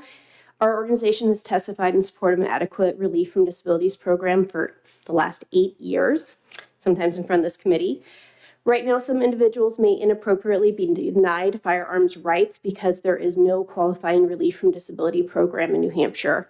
House Bill 1711 includes a process that would meet federal standards and allow this to go into effect, restoring firearms rights to those who should have them. You also heard testimony today from the owner of Next Level Firearms, who told reporters after the Uvalde school shooting that if we don't like someone when they're answering questions or presenting themselves, yeah, we won't sell to them. It's important we follow the rules. We screen people too. The number of times that we ask questions like, what is your experience? And what are you going to do with this? He wanted to say about firearms, this is an inanimate object. This is not going to go and do anything by itself. It's the person. It's the mental health that seems to be the issue here. No reasonable person wants to see this stuff. It's awful, but in the end, it's not this. While our organization knows that individuals experiencing a mental health crisis are more likely to be the victims of gun violence, we can agree with Mr. Berry on two things. Easy access to firearms plays a role, and it's important for us to establish public safety protocols which protect individuals from harming themselves or others. He ended that interview by stating that he hoped at the time the Texas tragedy would lead to change, so a situation like that would never happen again. I'll end my testimony by hoping that you'll support House Bill 1711 to help prevent a tragedy like the New Hampshire hospital shooting from ever happening again. Thank you. I'd be happy to take any questions. Thank you very much for your testimony, Ms. Rice Hawkins. Are there any questions? Senator Abbas? Thank you, Madam Chair, and thank you for taking my question. I'm not sure if you have a copy of the bill in front of you, but on page 2, lines 30 to 37, and those are really the three scenarios where someone would be entering into the NICS if this were to become law. Those three scenarios, are those consistent in the other states that you saw that passed similar legislation? For the types of removals, absolutely. And I can actually provide the committee with a side-by-side of all the state policies if that's helpful. Thank you. Yep. Are there any further questions? Okay. Seeing none, thank you. Thank you. And we now come to our last speaker, Representative Roy.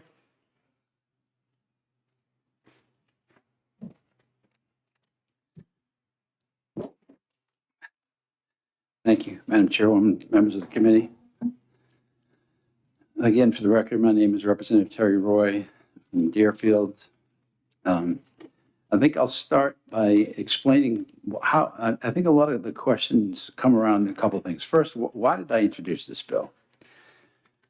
Having spent the better part of 6 years arguing against every single gun bill I've seen, last year, or 2022, we had an actual red flag bill, not this, a red flag bill, that came before the House, and I got up and argued in front of the House why we should not have that bill. And I said, we do not need this bill because we have an involuntary commitment statute in New Hampshire. And if someone is dangerous, they can be committed to a mental hospital where they will get treatment versus just someone coming in, taking their guns and leaving them. And several people from the other side of the aisle came up to me after and said, I didn't realize that. You're right. We don't need this. Thank you for pointing that out. Fast forward to November of last year when I read that Chief Haas had been killed and I saw the background about the alleged shooter. I said, how is this possible? If he had been involuntarily committed already, he shouldn't have been able to get firearms. Well, then I looked and I realized we're not reporting it. And then I looked further and I realized we're one of 3 states in the whole country who don't report this. So then I started looking further back, and then I saw in 2016, one representative put in a bill that said you could report it, but only under these circumstances, which, by the way, this bill meets. But the court said, no, you can't, because there's confidentiality pieces in the current involuntary commitment statute. So the whole thing just kind of went quiet, and everybody forgot about it. So to recap that part, last year we had a mass shooting 50 miles away in Maine. Again, someone who was mentally ill and should have been prohibited, but somehow fell through the cracks of their laws. And then several weeks later, we had Chief Haas in New Hampshire, who fell through the cracks of our laws. So let's just stick to the full. We've heard a lot of talk. I'll address it real quick, but let's stick to the 4 corners of the bill. What does this bill does not take one person's firearms rights away. Not one. Nobody. You know why? Because their rights are already taken away. The moment they are committed involuntarily by the court, according to federal law, they become a prohibited person. They can't have them. So we can cover our eyes and ears and mouth all we want. They're still prohibited by federal law from having a firearm. And if they go buy one, they're committing a federal felony. So this law, if passed, would not take a single person's rights away. Their rights are already gone. This just recognizes it. And further, it gives them a chance to get those rights back. Because without this law, they can still lose them, but they can't get them back forever. The language in here under the section that is the restoration of rights process comes directly from the ATF. There has been numerous states that have passed laws like this, but they cannot remove the person's name because they didn't follow the restoration of rights process exactly. So they've passed a law that said if you've been committed involuntarily, you lose your rights. You can get them back if you petition a court, but they didn't put the specific bullets in there that the ATF said, and the ATF said, sorry, nope, doesn't count. The person's in there for life. So then they have to go back and redo legislation. So I was very careful to craft this. I worked with the Attorney General's office, with the courts, with NAMI, with various groups. I even, at the beginning, I looked up the NRA. The NRA's position on this was they advocated for the reporting of these names as late as 2016. Since then, they've had some issues with their leadership, and apparently they don't know which way they're going. But in 2016, they came up vociferously for states reporting these names to NICS. So the 4 corners of the bill are very clear. There's 3 categories. Those 3 categories are the federal categories that make you a prohibited person, no more, no less. If you are committed involuntarily and found to be a danger to yourself or others, you are prohibited by federal law. If you are found not guilty by reason of insanity, you are prohibited by federal law. And the last condition, excuse me, incompetent to stand trial. Also, you become prohibited by federal law. These are very clear. They're right out of the federal statutes. We didn't make them up. These are the things that will make you a prohibited person under federal law. So all this bill does is recognize what's already a federal statute and says, these are the names that are being reported. It doesn't take anyone's rights away, and it gives them a chance to get their rights back. Now, with regard to the concerns that I've heard, with the question regarding from Senator Gannon regarding why didn't they immediately take them away, that was language we worked out with NAMI, because if the police come there while the person's still there, it could cause a confrontation with the police, and it's just dangerous. They thought it was best to let that person be in the hospital when they did it. I've heard this conversation be advanced that, well, you know, the problem is that Chief Haas didn't have a gun. So rather than, let's just say what they're saying here, rather than for a short period of time taking their gun rights, suspending them until they get better, let's make it easier to kill them. That's the answer. We'll just give more guns out so we can shoot these people. No, I think I'd rather suspend their rights until they get better. But, you know, I'm funny that way. And then what else do we hear? We heard mention to a couple court cases, Bruin had absolutely nothing to do with this. You need to go back and look at the Heller case. Justice Scalia, the most conservative justice has ever graced the bench and worn the robe, said the new line of court cases from the Supreme Court shall not be deemed to interfere with any laws that ban the possession of firearms by felons or the mentally ill. Bottom line, hard stop. The courts never revisited that. I've heard someone conflate mental health with the burden of proof versus criminal. This is civil, it's not criminal. Shouldn't even be addressed, it's not even relative. And finally, I've heard this, you know, this is a slippery slope, this is dangerous, what are you doing? They could start saying that we're conservative and they're gonna put us. I would submit to you that if we're getting locked up in a mental health institution because of our political beliefs, we have much bigger problems than our firearms. Because you're not gonna have any rights, never mind your firearms, you're locked up. So I would submit to you, we have bigger problems in society than that. If that's happening, we need to do a lot more than worry about where our guns are at. So finally, I would say that this law makes us one of the 47, it will be the 48th state, to finally, all we're doing is contributing. Remember what this is. What is NICS? NICS is a cooperation between the federal government and the states.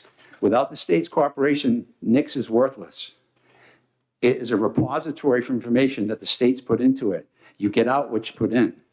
And I would, as a New Hampshire citizen, I would be concerned that we're not putting these names in here. Well, we don't have a force field around our state. New Hampshire citizens can leave. And God forbid one of them moves to another state who does report these names, and a tragedy occurs because we decided up here, no, we're sticking our heels in, no gun laws whatsoever, no matter how much sense they make. Because then we're all on the hook for that, in my opinion. Just a week ago, a pair of parents were sentenced to jail for 15 years because their son got a gun, he was mentally ill, and he killed some people. And the court said, you didn't pull the trigger, but you saw things and knew things and should have done something to stop him. Instead, you let him get a gun. I would ask you, how are we any different than that? If we know someone is dangerous, we've had a court rule, the person had an attorney, due process. I heard due process everywhere. There isn't any more due process than that. If we hear that this has happened and we just turn our head and say, no, we're not going to report that to NICS, how are we any different from those parents? We're not, I would submit. With that, I'll take questions. Thank you. Thank you very much for your testimony, Representative. Senator Gannon, then Senator Abbott. I know you did just address this, but when you're talking relief on page 5. Yes, sir. I understand taking away the rights, clear and convincing, high standard. But for me to get the gun back, so having the guns is a natural right, shouldn't I be able to get it by just showing that by preponderance? You're asking me to do what a prosecutor would have to go to a high level. Now I'm trying to get a basic right back. Shouldn't it just be preponderance to get them back? Senator, you may be absolutely correct. I believe in all good faith that I put in there the standards as required by the ATF. If their standard in there says just has to have a hearing and doesn't give a specific, then I would defer to you and make a preponderance of the evidence all day long. Okay. That process is in there and that's good, but I'm pretty sure I tried to keep it exactly word for word because I don't want that. And that's another thing that's very important I should mention. I put in here a fail-safe. We have to take this part, the relief from disabilities, give it to the ATF and say, bless this. And until they say, okay, we will take people off if you tell us to, not one name goes to them. So if they drag their feet for 5 years, not one name goes until they do it. And if they say no, or if they renege on it and say, we're not taking them off anyway, we can point to this and say, then we're going to stop doing it. So. Senator Abbott. Thank you, Madam Chair, and thank you for taking my question. And whether we agree on this or not, I know I work with you in the House, and it's a lot of Second Amendment issues. So I know you always mean well, whether we agree or not. But in this contingency clause that you talk about on page 5, it's lines 19 to. I'm sorry, could you speak out here? Oh, lines 19 to 23. On page 5? Yes. It states it basically requires the federal government to approve the policy, as you said. Yeah. Well, what would happen in a scenario if the federal government, for whatever reason, changed, if the ATF changed their rules or any of the federal stuff changed, but, and this no longer became compliant with what they wanted? How, I guess the law would still be in place, but then we could no longer maybe remove the names. I would submit that if the federal law changed, for example, those three conditions, if they added another condition, but we hadn't put it in here, the agreement, the way I understand it, would fall apart. We'd have to renegotiate the terms by new statute. Because the ATF says it has to be in statute. It can't be just a regulation or an idea. The relief from disabilities has to be in the state statute. And that's what their requirement was. So if they change it, then we have to change our statute. Follow up. Follow-up? I'm not necessarily talking about what would make you disqualified under the three different scenarios Sure. where you would be entered into the NICS. But one of their requirements is that they have to basically, our law has to comply with what they're saying. And some of that can maybe, I'm not sure if that can be done through some of the rulemaking process through ATF, which from what I understand, it can happen relatively quickly and often be confusing. Oh, yeah, yeah. I think I know where you're going with this. And I agree. Matter of fact, I applaud the people that came up here and testified that are scared of the federal government, and so they should be. And that is one of the bulwarks of our society, is to be suspicious of the government, and we should be. And I applaud them for doing so. And I'm suspicious of the ATF, just like I think you are, that they could change a rule in the middle of the night and say, this is the new rule we're going to propose. And if the rule changes this, and says that, well, we no longer have to remove people because our rule doesn't say that anymore, I would submit that we just stop reporting. We have no mandate from the federal government to report.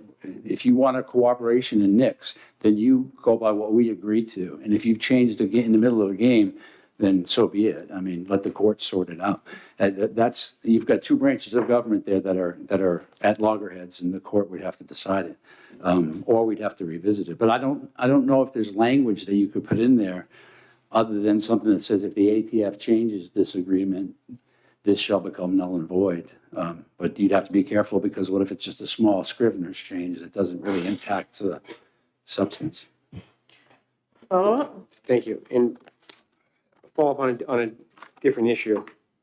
So right now, if someone's in court and they're found not guilty by, through reason of insanity, which means they've been charged with a crime, essentially the fact finder would have said, well, we think these acts were committed, but because of insanity, we're going to find you not guilty based on that alone. That would be one of the provisions that under this would have you enter into the NICS database.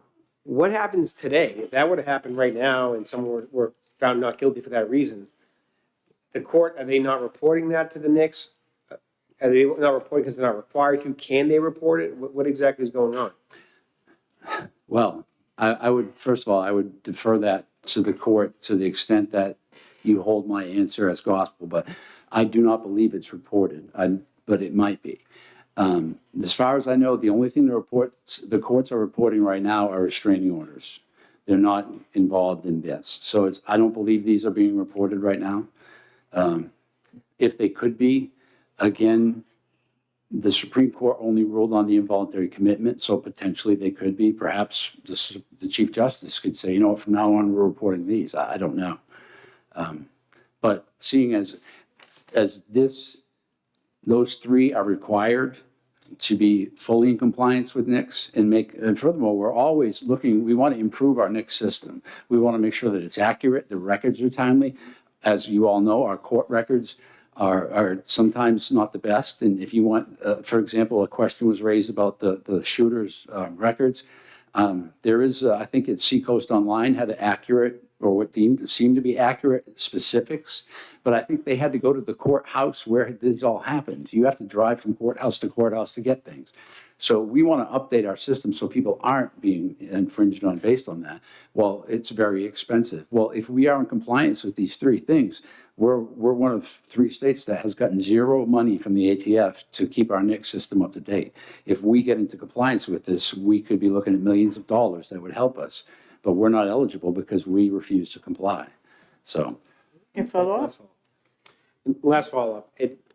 In my head, and I'm not saying I support this or whatnot, but I thought there's two parts to this. There's the part that when someone gets entered into the NICS, and then there's the remediation part where they're then taken out. Yeah. And could those be separated, and could you have just the remediation provision?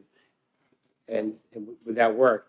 I guess my concern is, and correct me if I'm wrong, what you're saying is that may not be compliant with the federal law of the ETF, and therefore it would not work. Is that? You're saying if you took only a piece of this and not the full, is that what you're saying? Yes. Yeah, if you didn't, I believe if you don't report all three of those mental health conditions, you are not in compliance with the fixed NICS bill that happened in the federal law they passed not too long ago, relatively speaking, 2007, that dictates the funds that can be dispersed to states and under what conditions. And I would encourage you to look at that.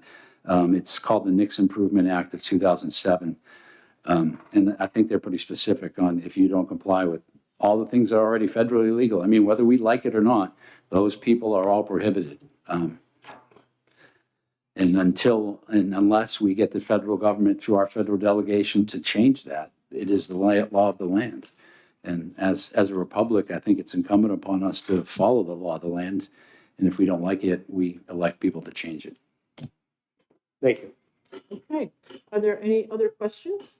I appreciate your time, all of you. Thank you very much. Thank you very much, Representative. Okay, we've gone through the list. Everybody who signed up to speak has spoken. Before I close the public hearing, this is your last opportunity to speak on this bill. Are there any members of the public who would like to speak on this bill? Okay, seeing none, we're going to close the public hearing. Matthew, you were out. Is what? We made bets. You said 3:45. Oh, you guys are making bets? Oh, my goodness. Friendly wager. So I get